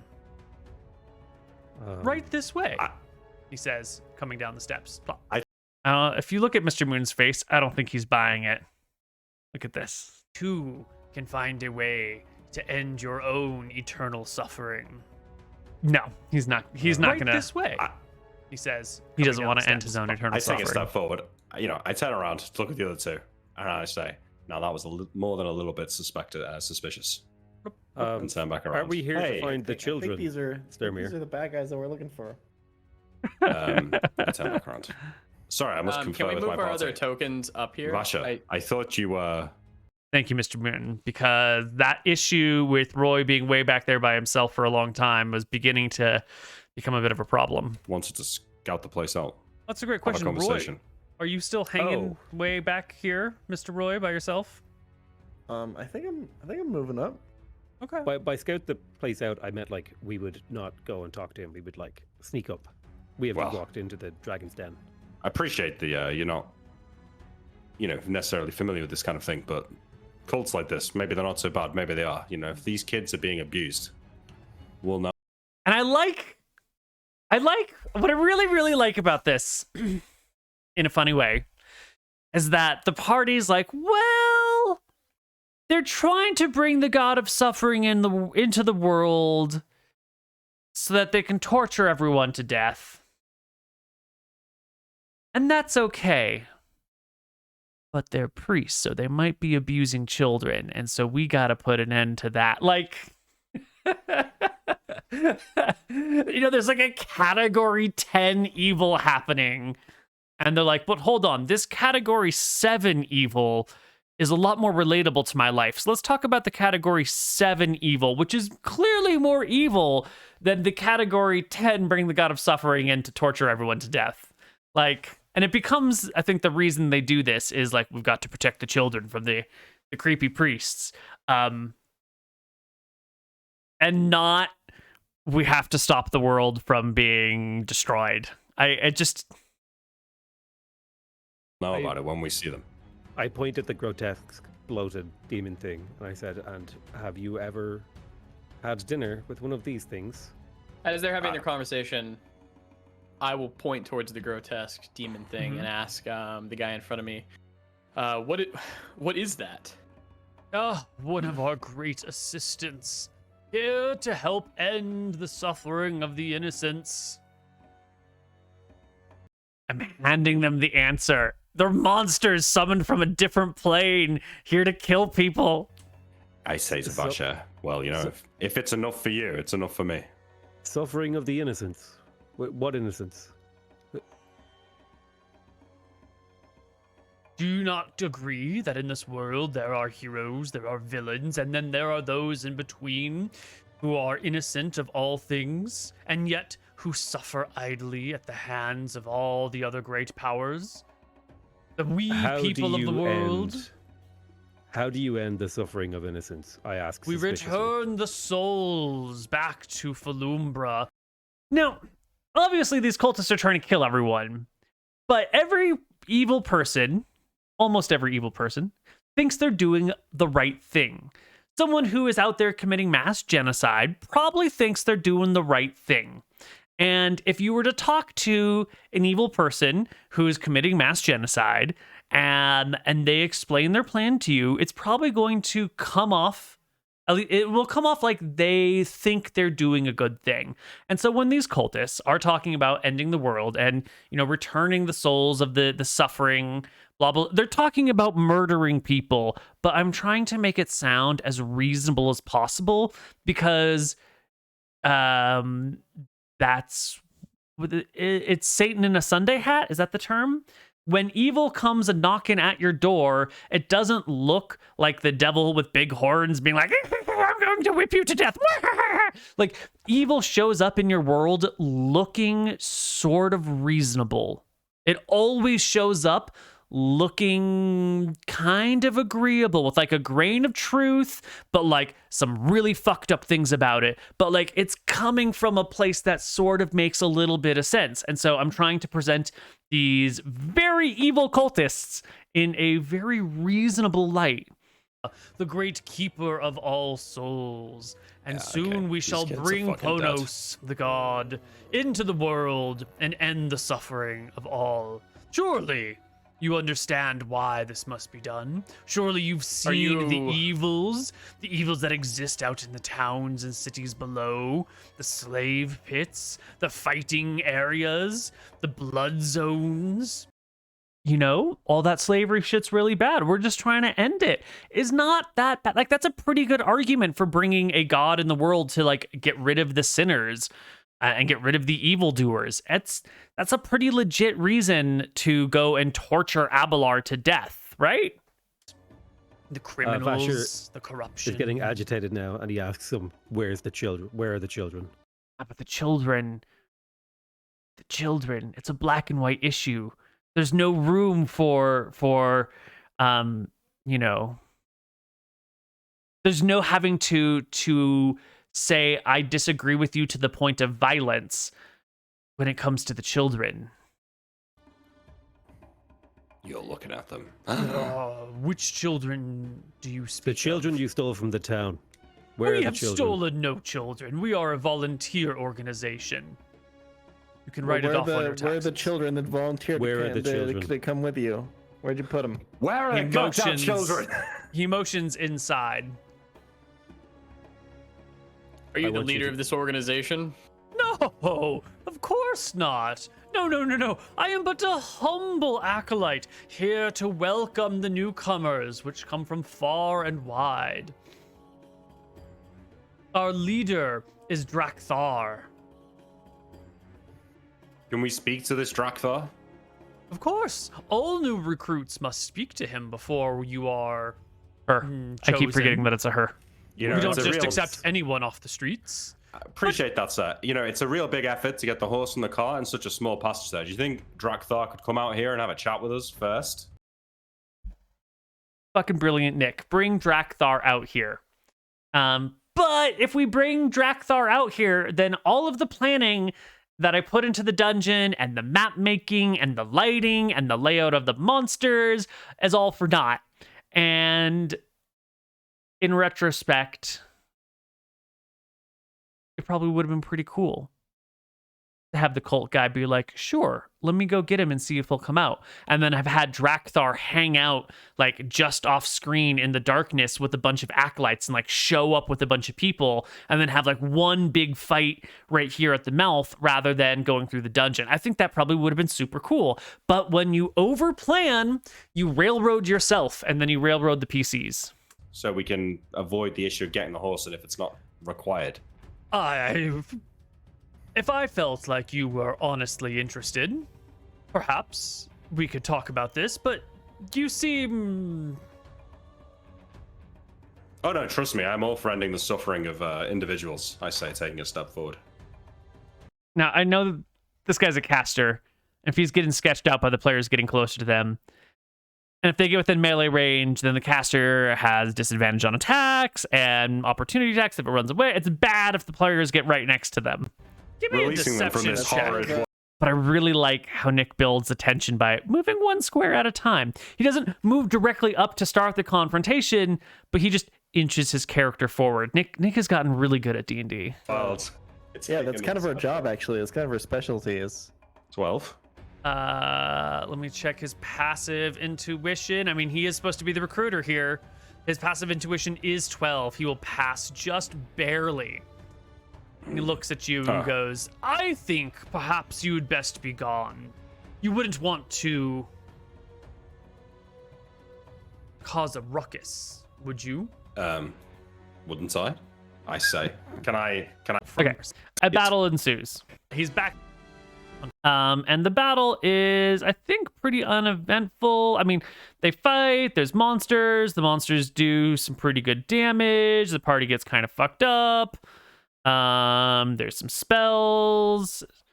The monsters, there's a decision that I make in here that these monsters are summoned creatures, and so they must fight to the death, that they don't make morale checks. And I make it for mechanical reasons. Well, not mechanical. Well, lore-based mechanical reasons. I'm trying to underscore that these are summoned creatures and that they're not just going to run away. But it does mean the battle drags out a lot longer. And then it does undermine the concept of when you fuck up minions, they might flee. And so in retrospect, this is one of those decisions that I think was a bad one. I think having the monsters get to low HP and then flee would be the right decision. It's just that right now I'm trying to show the whole they're summoned from another place vibe. Anyway, there's a fight. I think it goes on. People get killed. It doesn't really matter. It drags on longer than it needs to because because Nick AoE's down those dudes up front real fast. Face. I will. All right, excellent. The fight's over. We're gonna go inside. You can't. Shit. Round. Blah blah blah. We're going inside. All right. So inside, let's talk about lighting. In Roll20, when you are designing the lighting, you can basically make walls with a line, and then light won't pass through that wall. So we can see right where my mouse is, there is a wall that cuts through here and then comes down to this corner that blocks lighting. And the reason it comes down to the corner like this is so that you can't like clip and see through this wall. But if it came all the way out to the side and then straight down, then if you're looking from this side, it would be hard to it would just be like a blackness, and it's really useful to see a little bit of the wall texture in order to understand what it is that you're looking at. On the south side, you can see that the wall texture fades into blackness, and that's because the assets just fade into blackness, and I didn't bother making a wall here because there's just nothing to see down there. And you can see a little bit of like a weird black line right here, and that's because the way that we block off this section is by making like a V where the line of sight blockers go from this corner over to here, and then back over to here. And that way, from whatever angle you're standing on this wall, you will see a little bit of the inside of the wall to understand what you're looking at. Please give me a DC 12 dexterity saving throw or take 4 damage. Ah, great. The other fun thing about this encounter is that the enemies are in darkness. Do I show them that there's this other thing? I think I might have at the very beginning. Nope. We're gonna see it in just a little bit here. There is some lighting much further on. Do we not actually show the viewers? We might not actually show the viewers. You can sort of see right over here at the very edge of the map, there's a little bit of light. And that's because there's a room way back here. And there's also a room right about here-ish where we've got a pair of casters, and we've got a death dog tied up over here in a different room, and one of the casters is going to go run and get the death dog and then release it, and it's going to come and fuck them up. And the other caster is going to hang out over here and throw spells, their saving throw spells, at the players over here. And then up this route, we've got a pair of those fat, maybe a quad. I think there's 4 of those fat summoned creature monster guys, and 2 casters up here. And then there's 1 of those fat monster summoned guys down here. So the players are essentially going to get hit from 3 sides. That's true. And the guys up here, I intended to have readied actions for when the players walk through here, because the players have light, that they would cast Sacred Flame, but I completely forgot about it. I firebolt him. 5 points of your mare. Say, Whoops, bless and Bless is great in this situation because it's the beginning of combat and you're going to be fighting a lot of creatures. They don't know how many they're going to fight. I mean, they might have seen the number of initiative rolls, but in this situation, you're going to be fighting a lot of things. You're definitely going to want to do it rather quickly. And when our enemy casters have 10 AC, if you've got +5 to hit, you only need to roll a 5 to hit them. With the bless, you need to roll a 2 to 4 to hit them, right? Because on if you get +4, then you're rolling, essentially, you need a 2 or better. You need a 2, 3, or 4. You never know which one it's going to be, but a 2, 3, or 4 to hit. And that's pretty much a guaranteed hit on this guy and a pretty much a guaranteed hit on this guy. So it's not the worst decision since you're fighting so many things and you're really going to want to be able to take them out one after another. Bless is solid here.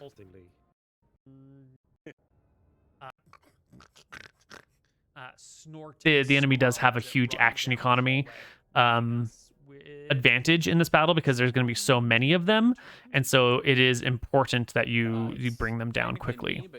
I forgot to check the composite, contracted, there's a little token marker thing that you can select to make the HP bars small. Compact HP bars, and I failed to compact this guy's HP bar. Vika is interesting. Vika sheds light automatically. It's nice. You can see there's a little bit of stuff down here. Blah, blah, blah. Oh, yeah. The Death Dog. Unfortunately, the Death Dog, who's got a cool disease ability, cannot use it on the Paladin because the Paladin's immune to disease. Big bummer. Big bummer. And we can see the party's beginning to scatter their damage. We did a little bit on this one. We did a little bit on this one. And yeah. One of the other interesting aspects is that thus far in this campaign, we have used 5-foot squares. On this map in particular, we're using 2.5-foot squares. And so the party can be slightly like this dog right here. Oh, my face is in the way. This dog right here is in the middle of the hallway. This is a 10-foot wide hallway, and he could be all the way against the top or all the way against the bottom. But because we've done a series of 2.5-foot squares, we can put the dog in the middle, which is nice because one person should be able to stand in the middle of a 10-foot hallway and hold that entire passage. But that's not the reason we did it. The reason we did 2.5-foot tiles is because there is a section later in this dungeon where it goes back and forth, and if you were to actually sit on any one 5-foot square, you would like clearly be clipping into the walls. And so we did 2.5-foot squares. So this 20-foot section of passage would be more passable. But the 2.5-foot squares does sometimes create some problems in 5th edition, just a little bit of problems. But I do like in narrow hallways, people being able to sit in the middle of the narrow hallway. It's a great idea, you know? I'm often torn about it. Fight, fight, fight. Spells, spells, spells. Saves. Saves. One of the nice things here is that the enemy that's up here can only see like these two, and the enemy that's over here can actually see all 4 of them, but this is the actual threat right here. And so the enemy must end up spreading their damage around, which is nice because then you can have more combat and have the combat be more intense because you're not focusing down any one particular person. The battle lines here get a little fucked because now these two are fighting and these two are fighting. And it would be easier for the players if Cassian and Cassian and Vasher were on like the same battle line and they could both focus down one or focus down the other, but they ended up getting just a little bit split. Almost slay the beast in front of you, bringing us to Steermir's turn. You are blessed, and you also have a concentration spell going. This thing's got 1, maybe 2 HP next to you. Yeah. That's what I do. I attack it. It's slightly a waste of an action, but it's better to just kill it than not. So, and he's right. You better hit it at least. I do believe that's actually just a 6, right? Yeah, even with the D4. Yeah, it's a 9. It's a miss. How are you going to position yourself here? This is me reminding him that he can block the doorway. I didn't want him to forget because I think that's what he would want to do. So I'm giving him that little, opportunity to position himself slightly more effectively. I guess like in between. I don't think players, viewers realize how often their DMs, or at least I shouldn't speak for all DMs, but at least how often I go out of my way to give the players small advantages. Because if he doesn't move out of the way, then this demon right here, this thing could easily walk over and attack Roy, or this thing could come over here to do something and these other guys could run by. Like, if he doesn't move over half a square to block this passageway, it leaves the enemy with a whole bunch of options. And I do a lot of little subtle, hey, would you like to play this game more optimally? I do believe that's actually just a 6, right? Yeah, even with the D4. Yeah, it's a 9. I'm not out to kill my players. I'm also not out to save my players. I want to have a good game. Miss. How are you going to position yourself here? I guess like in between these 2 squares like this. All right, just in the middle. Yeah. Excellent. All right, Vika, it is your turn, Vika. Now all you've got is movement. You've got no attacks, but you do shed light. What is your positioning? We got to do something about Vika's movement. It's got to go on Pokemon's turn before his action on his turn. Yeah. That's got to be the way. Yeah, We've got to do that. Do that on the 2-headed dog. It's just a bitch having it on its own initiative phase. Harass the 2-headed dog. Yes. If you were going to really... If you're going to do that, you'd have to be super on it. You'd have to be a player who was always perfectly ready to make your moves at all time if you're going to like take 2 turns in initiative. Because every time someone's turn comes up, there's a few minutes. There's like a minute of, oh yeah, it's my turn, what's going on the battle map, and then a minute of deciding, and then a minute of verifying your decisions, and then it takes a long time. And if you have 2 turns, then you have to do that minute of seeing what the hell's going on always over again. And so I think we should merge Vika's turn with Roy's turn. I think that'll just make the game run more smoothly. Somatic components with weapon or shield in hand. Right, and none of your spells needed somatic components, I'm taking it? Not yet. I mean, I think also, while I've been out of combat, I've been able to just drop my flail or whatever. Doesn't Bless take somatic components? But I wasn't... I mean, I was just standing in a corridor at that point, right? You were sort of by yourself, alone. That's fine. Yep. Yeah. So you have an advantage on your con save. Yeah. 13's enough. You're good. No, it's got Myths. blah blah blah blah blah blah. Monsters. Fight. I don't think you get it. The Go there. monsters. Quite small, yes, so it's not a problem. Actually, that 5 damage here is really And I'm low going on to the Death attack with Dog. my They've got pretty good greatsword. damage. Sorry, to do this, we'll turn it, I think. Jesus. Perfect. Standing. Damage. Monsters. Spells come down. It's just a fight. We could talk about why the enemies are targeting which people. They could all be focusing down these guys in the back line. They could be focusing their fire up here. There's a lot of motivation to do a lot of these different things. I mean, the Death Dog is a pretty big summon. It's the biggest summon that they've got here. It's clearly summoned from another plane. And it's sort of an asset. You don't really want to lose your Death Dog. So maybe taking down the people who's fighting it, maybe giving the Death Dog help is nice.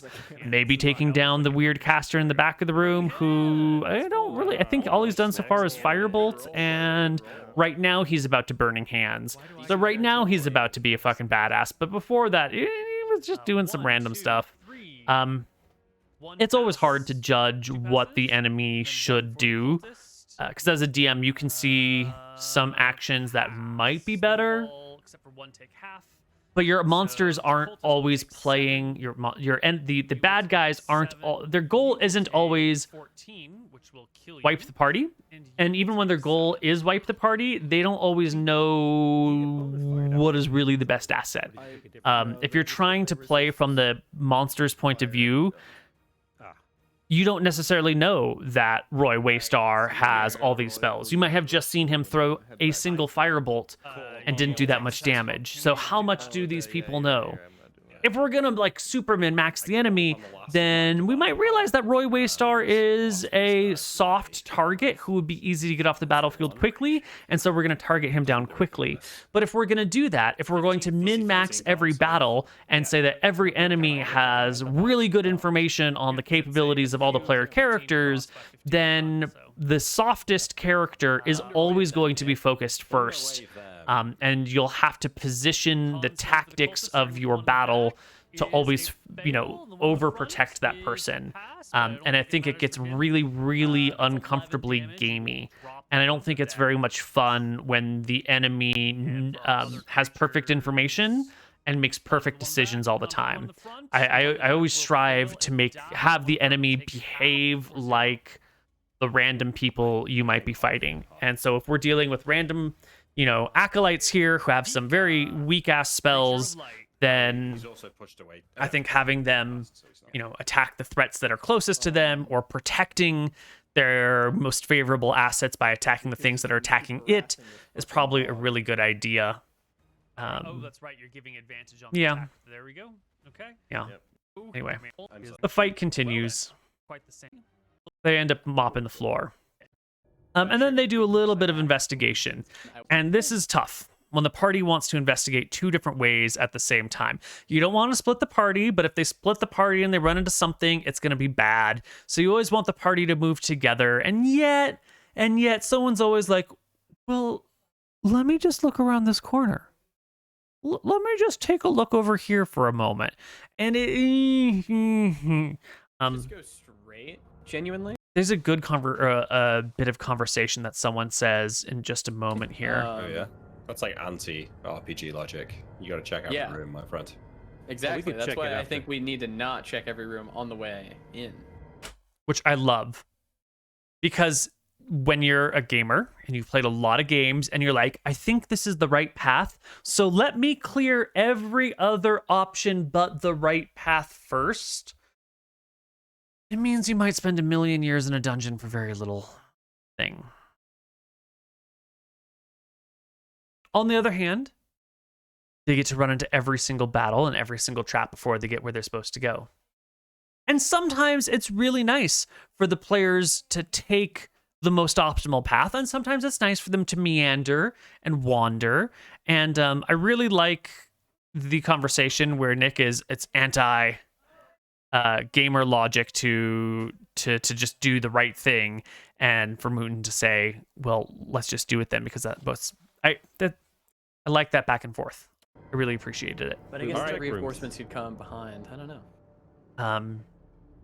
Yeah. Okay, we just go forward, right? The Like, Yeah, I say we go exploration forward and go to the phase light. of a Which one is dungeon where people Follow me. are looking around keep and trying to decide what's going on and looking at what Look they're down here, Neal, seeing, that's where it shuts out. and I will cautiously enter this next section because there's like a crossway. I don't see I'm it. gonna kind of dip my head in. you look, know, and take a I'm peek often and dip torn back about it. In case I'm there's a gonna- trap. and I think it's just I'm the DM, so I know what the dungeon looks like, and I know where everything is, and so I get kind of bored by the dungeon exploration.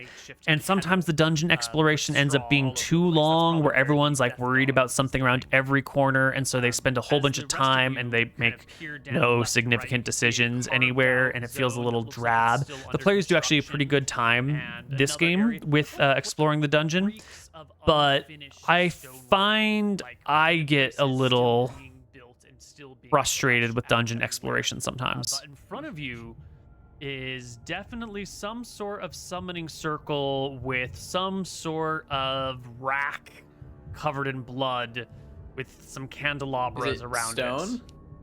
It's As a they wooden get close to rack. that, I shout out, "Don't touch that! Let me look." Now, I see somewhere back to the right around corridor. here is where the players make the decision in their brain that the children taken from the town were sacrificed to summon those demons. So here's a wisdom saving throw. And At least 10. the lore that I had written for this dungeon and this cult group ahead of time was not that. The lore was actually they're looking for priests and cultists and people to help them do these things, and the children that fled the town were going to be some of the recruits. But then I realized, like, if they just left the town, they're probably not. They don't have access to spells yet. So maybe those kids were sacrificed to some of those demons, or maybe they're off somewhere else training, or maybe they're off somewhere else doing something. I'm like, I wasn't exactly sure what to do with the kids because they shouldn't be spellcasters yet, but I also didn't want to have them be prisoner. I didn't know what to do, and so I never exactly stated that, yes, you're right, they sacrificed those children. And I never exactly stated that, no, those children are just in a different part of the dungeon, or no, those children have been taken somewhere else. Like, we never really explicitly confirmed what happened to the kid. And again, the kids were like 15 years old or whatever. So how you desecrate it?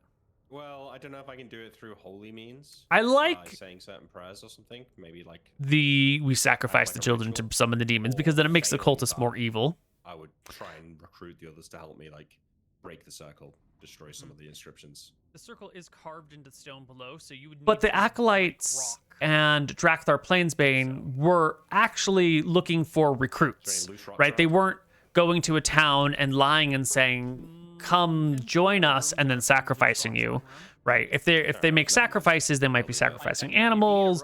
They might be pulling people. They might be like ambushing people and dragging them back to their lair. But when they're going town to town looking for recruits, they're honestly looking for people to join their cause. Like, it's a thing. They are actively recruiting. And there wasn't a great opportunity here to explain that the children are willing recruits or joined with the order. And since it never came up directly, it never needed to be resolved directly.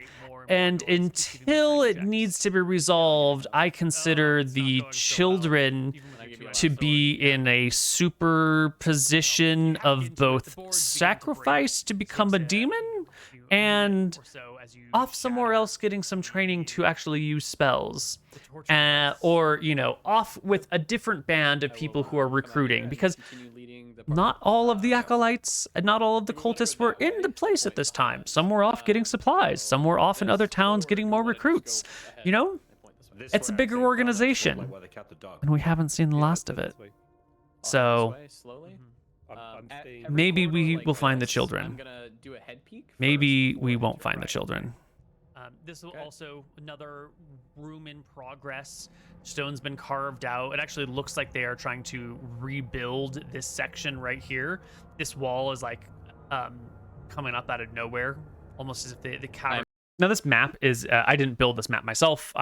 This was a map that I already had. It's one of these Gabriel Pickard tokens that I've gotten. It was just a, you know, really generic, basic desert dungeon map. And when you look at it, there are when you buy map assets, sometimes you look at parts of it and you're like, what the fuck is going on here? Why would the map look like this? And it's hard to understand what's going on. Like this circular room, but like it's been broken in the back.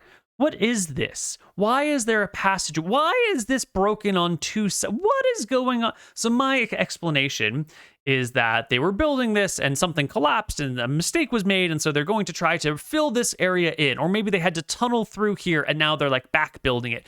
But why would they start in the middle and build it here? I don't know. And when you're not the one to design the maps, you don't understand the headcanon of the map designer because they don't leave a bunch of notes behind. And so there's often a game of like, what is the purpose of this room in this dungeon? Why is this thing decorated like this? Why is there a hole right here?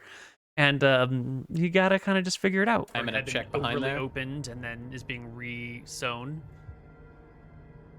And I'm gonna keep heading that way then. And it's around. Roy, stay close. It's around here that a voice kind of echoes out of this area toward. So our there's a split in the map right here, and it goes up, and then it goes back over, and then it comes back down to where they started, and then it also comes over, and it comes down to where like the baddies are. And I could have let them continue to wander, but I wanted to attract them in the direction of Drakthar. I wanted them to just go towards the baddies, because I know there's nothing up here, and they could easily spend 10 or 15 minutes carefully maneuvering and wandering through what's honestly a pretty boring part of the dungeon, like visually, and there's no more enemies there because they've dealt, you know, this connects with that first area, and the enemies that they fought that were on the top side, like, you know, they've already been attracted over. So, the reason we have this conversation coming from Drakthar and the minions is to lure the players in this direction towards you. Guests, honored guests, who are you that have come here? I'll head forward. We're here for the children. They're always for the children. It's coming from behind you. This is right. Play into their children fears a little bit. I'm going to take a quick peek in here. I'm going to put my hand up to my friends. And I'm going to take a quick peek. And there's nothing of value that way. Don't waste our time. I mean, he's making the right decision. You got to take a peek. You don't want to be surprised. But there's nothing going on. Watch out, Roy. You can see... I stay ahead of Roy.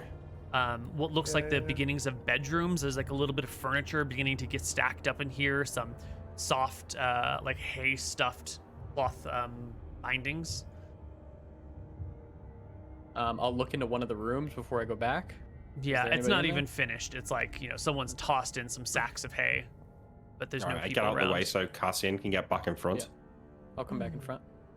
Friends, Then I'll head this way. I'm sure you've done something. Speak. While I carry Listen here, old man, we're this not little here to kill you. passageway right We just here want the kids back. The ones under the age of is why we end up having 2.5-foot squares, because you can see if they were 5-foot squares, it would just be awkward, and you'd be like half in the wall, half in the wall, half in the wall, half in the wall, 3/4 in the wall. And so the whole purpose of the 2.5-foot squares is so that you can walk down this narrow passageway without feeling like your character is inside of a wall. Here. Certainly it's not for the children of strangers. We're here to undo the evil taint on this place and return these children to their homes. Just Oh, an out of shit. character thing. I Okay. think Cassian genuinely would make that deal if this guy was just like, yeah, here, take the kids and leave. I think Cassian would have. However, it Wait. doesn't seem like that's gonna happen. Did he offer us the children? No. No, that's all I'm saying. Yeah, I'm just letting people know. Just want people to understand Cassian doesn't lie. So there's a battle coming up here, right? The players can kind of see what's happening, although, to be honest, only Vasher can see. We get to see from all the players' point of view, and so we could see the whole thing over here. But Roy back here probably can't see anything. Roy back there has a view Come back and like that, this, which Walleye is a little bit hard to see right now. Okay. As soon as it pans down, Tell me the truth. Roy's got a view like this. He can't see shit at this point in time. But we get to see, well, maybe he can. Yeah, actually with Vasher's positioning there, he can see. All right, cool. I take it all back. Who are you? What is your purpose? Leave this place. Is the voice coming from this way as you respond? Mm-hmm. The appropriate. And yeah, I'm fucking it's fumes here, you know. pretty straightforward. Call for initiative. Drakthar's got some cool abilities. fucking HD I logo. found a cool token. Call for Oops. I need to Oh, that's why refresh, but it's it's gonna make my messing. music go off because I've got this fucking. So, Okay. Neal, can you do it. refresh the music? When I was building this dungeon, which I think there's a VOD of somewhere and on Twitch if you want to find it, I essentially looked for a cool token and then based a character off of it, and then found spells that were appropriate for the cool token and built like a cool custom monster out of the cool token that I found. And so that's what we do with Drakthar playing Bane, who's pretty legit.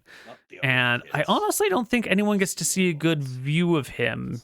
Her here. We showed off Drakthar playing Bane's token on the post-game stream that we do for the Save or Die patrons. They got to see the cool token, but I don't think it shows up in this battle very well at all. I think Drakthar is really... like, they hide in the shadows a lot. And the reason they're hiding in the shadows a lot is because I think they've got dark vision or infravision. And they're also like a twisted, deformed sort of mutant creature who like lurks in the shadows and hides. You know, they're the creature of suffering. They should not be seen, but you should hear the whispers of them. And they're pretty bomb. They got some good stuff. The target is grappled. Escape DC 14. Until the grapple ends, the target is restrained and has disadvantage on strength checks on another. The attack. So Drakthar has basically two actions. They have their tentacle, which acts as its own entity essentially, and then they've got their other half of them, which can do their own thing. So they can make a melee attack with their other hand, or they can cast a spell with their other hand, or they can bite with their face. And the tentacle can either grab or reel. And I think we essentially pulled the Roper's tentacle abilities over for Drakthar, and then we just have other abilities at the same time. So that gives Drakthar a lot of, it's like a multi-attack, but it's a grab and a reel and a spell, or like a grab and a bite, or a reel and a melee or whatever.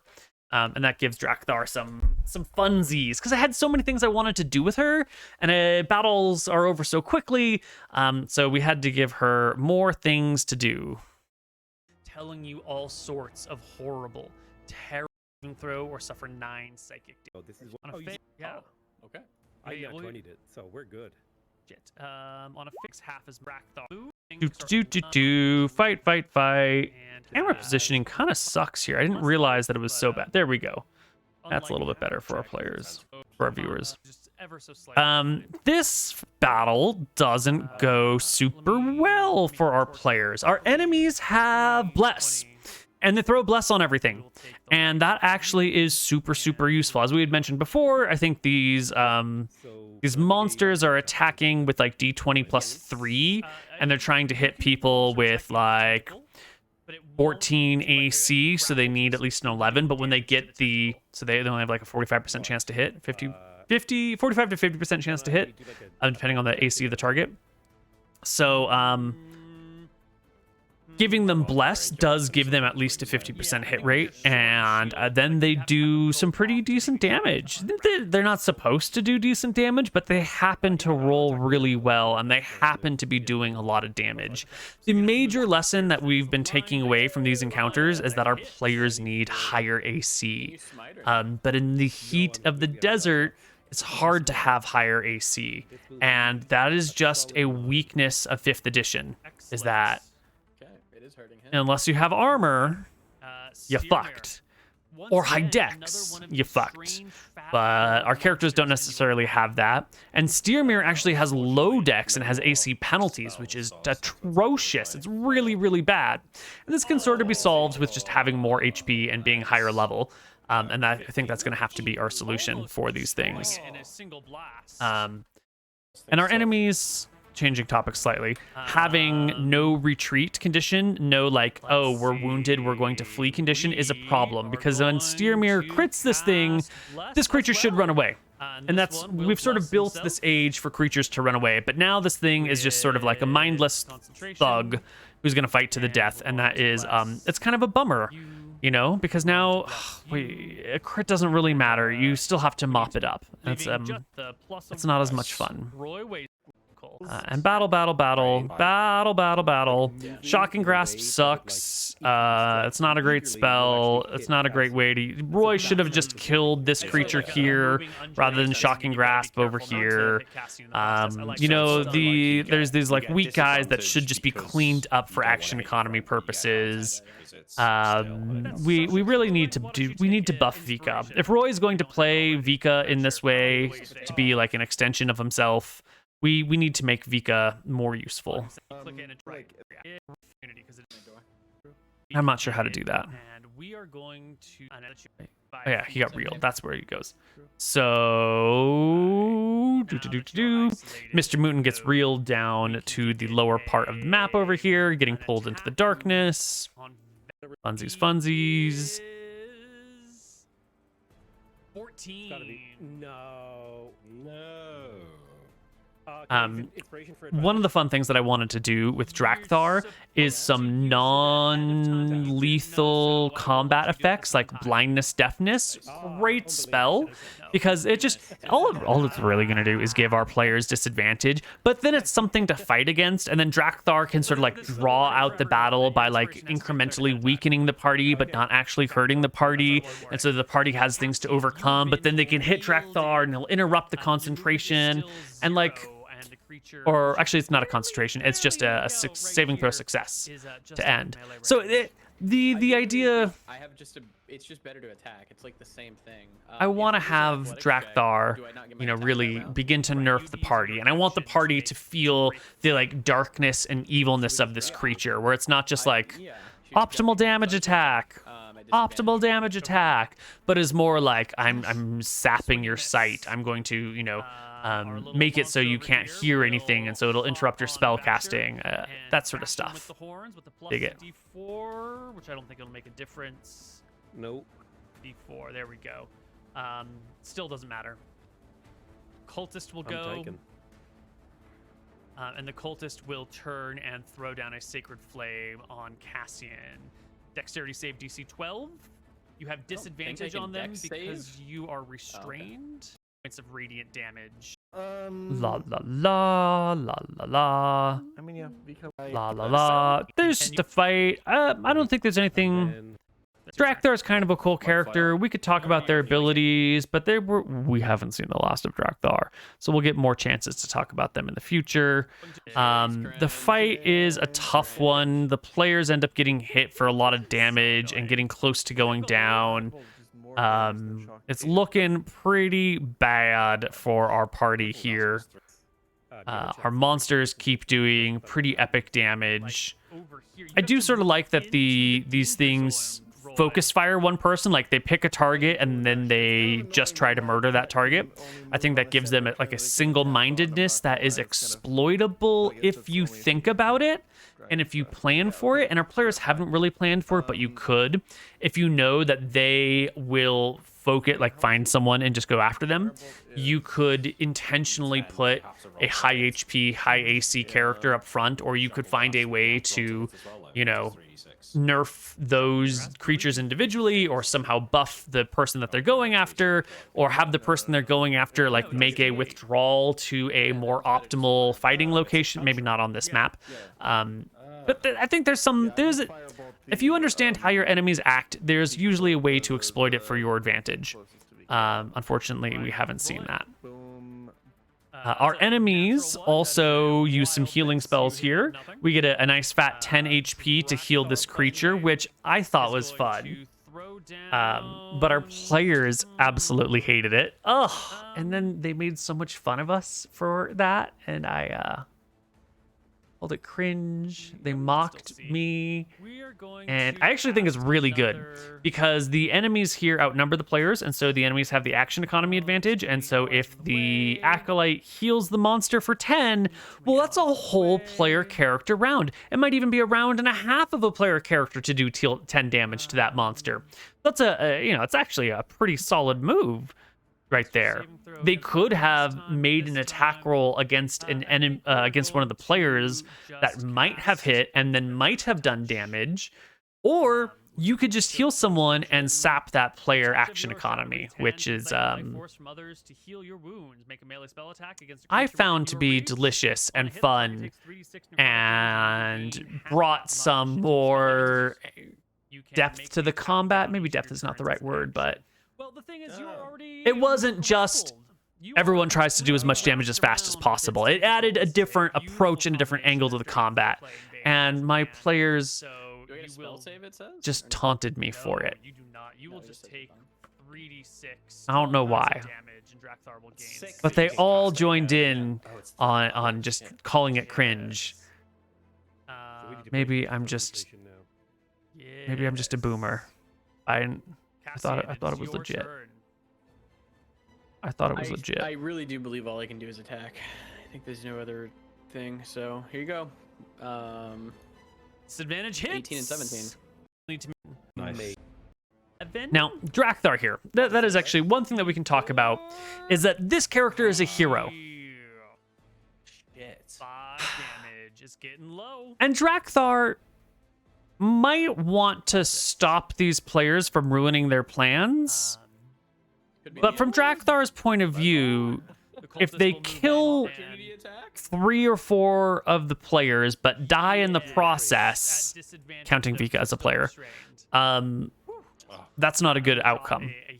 Drakthar is not interested in killing the players. Drakthar is interested in living long enough to summon the god into the world and bring around the end of days. And so when Drakthar gets to about half HP is when we start to see Drakthar like trying to get the fuck out of here, because survival matters for our hero. Survival matters for some of our minions. Not all of our minions. Not these demon summoned minions, but anyone else actually cares about their life.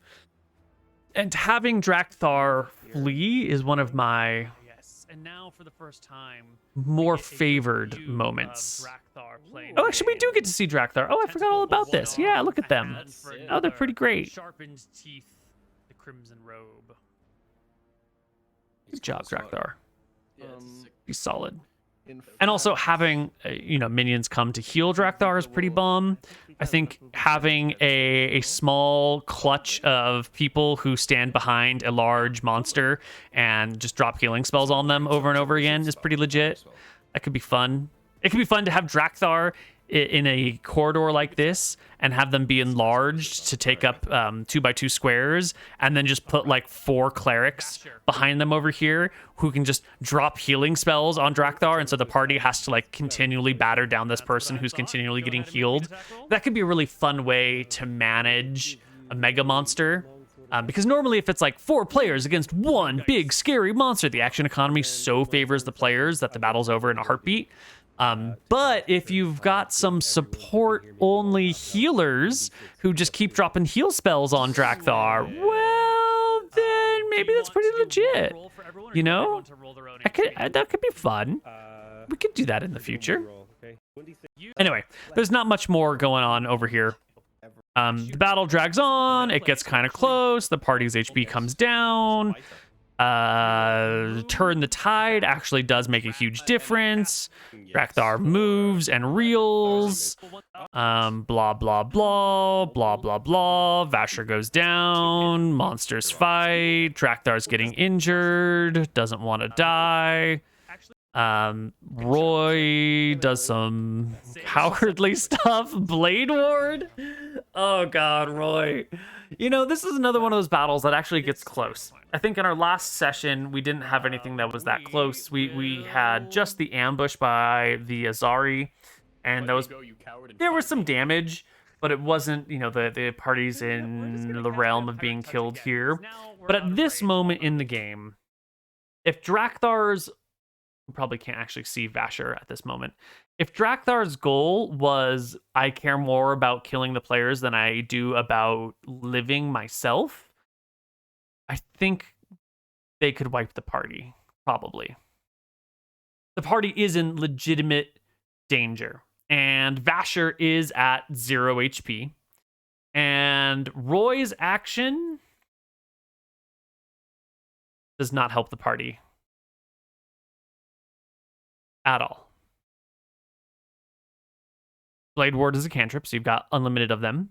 And all it does is make you take half damage from bludgeoning, piercing, and slashing dealt by weapon attacks. So it's not a strong move. It doesn't help Roy. If Roy were to only cast Blade Ward, all Roy would do would delay their inevitable death.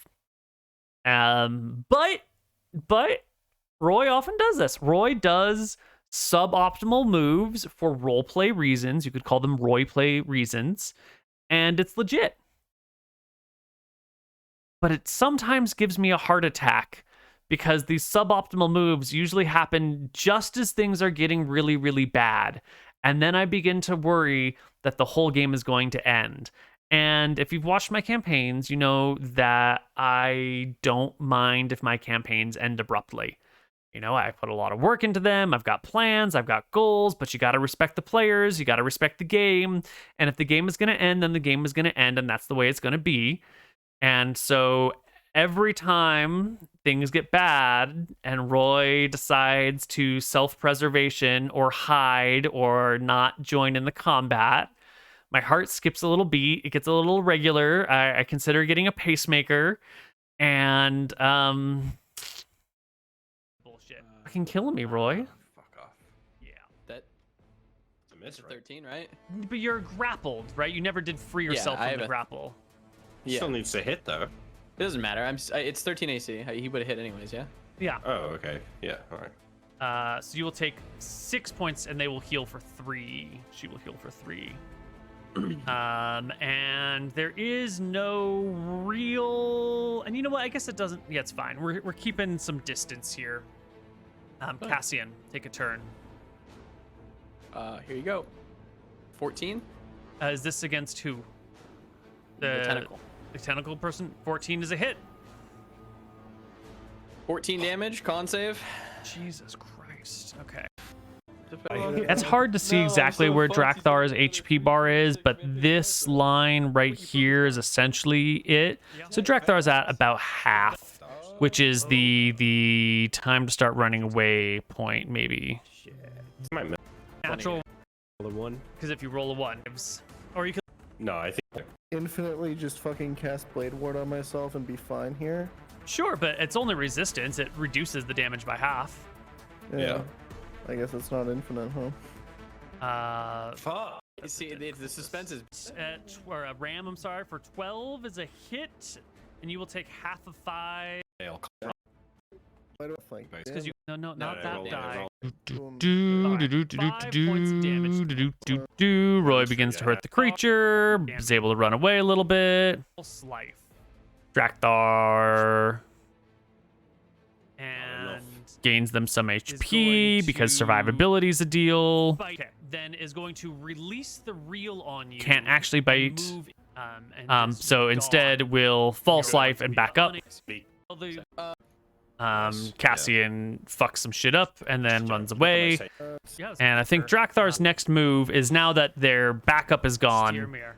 and they're do? at half You take HP, the 1 in 20, and they probably can't chance that see Vasher. dies. Maybe they can see Vasher, Yeah, I'll but take it's looking that. like I'll take it. Drakthar's That's outnumbered, like and a the monster. goal at this point isn't come back and fight the whole party. The goal is going to be survival. And so Drakthar will Is piece there the fuck anyone- out. Cassian, is there anyone else? And I think we can just skip ahead. They come back to the village to rest, and they sort of talk to the people there and explain what's going down. And in the village, then they take a short rest, a long rest. They take a long rest in the village, and the village is like not super excited about all of this stuff. of your And I think it's next session that they give their speeches.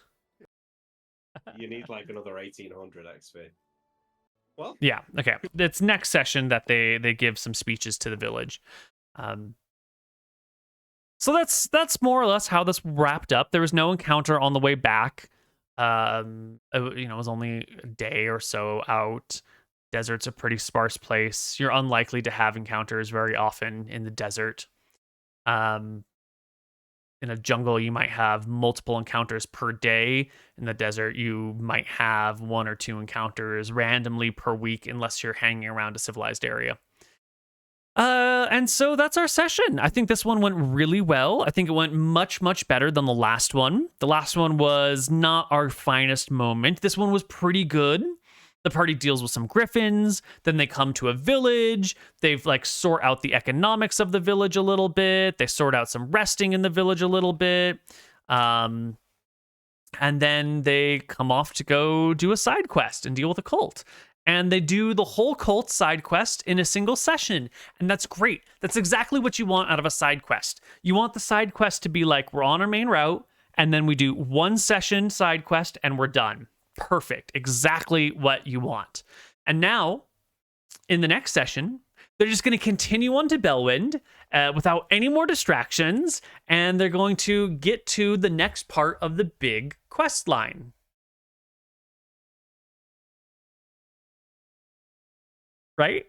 Right? They're just going to continue. They don't continue the quest.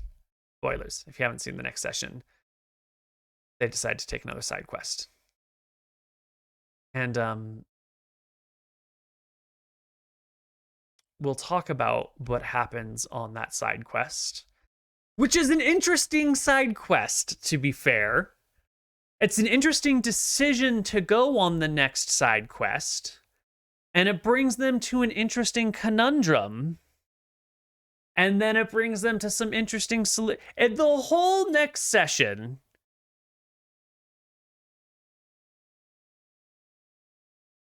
is pretty good, pretty juicy. There's some good stuff in there. It's pretty funny, and I get to yell at one of my players for a little bit. And so we'll see you next time for the director's commentary of the Lazarus Expedition, episode 5. Take care, everybody. Bye-bye.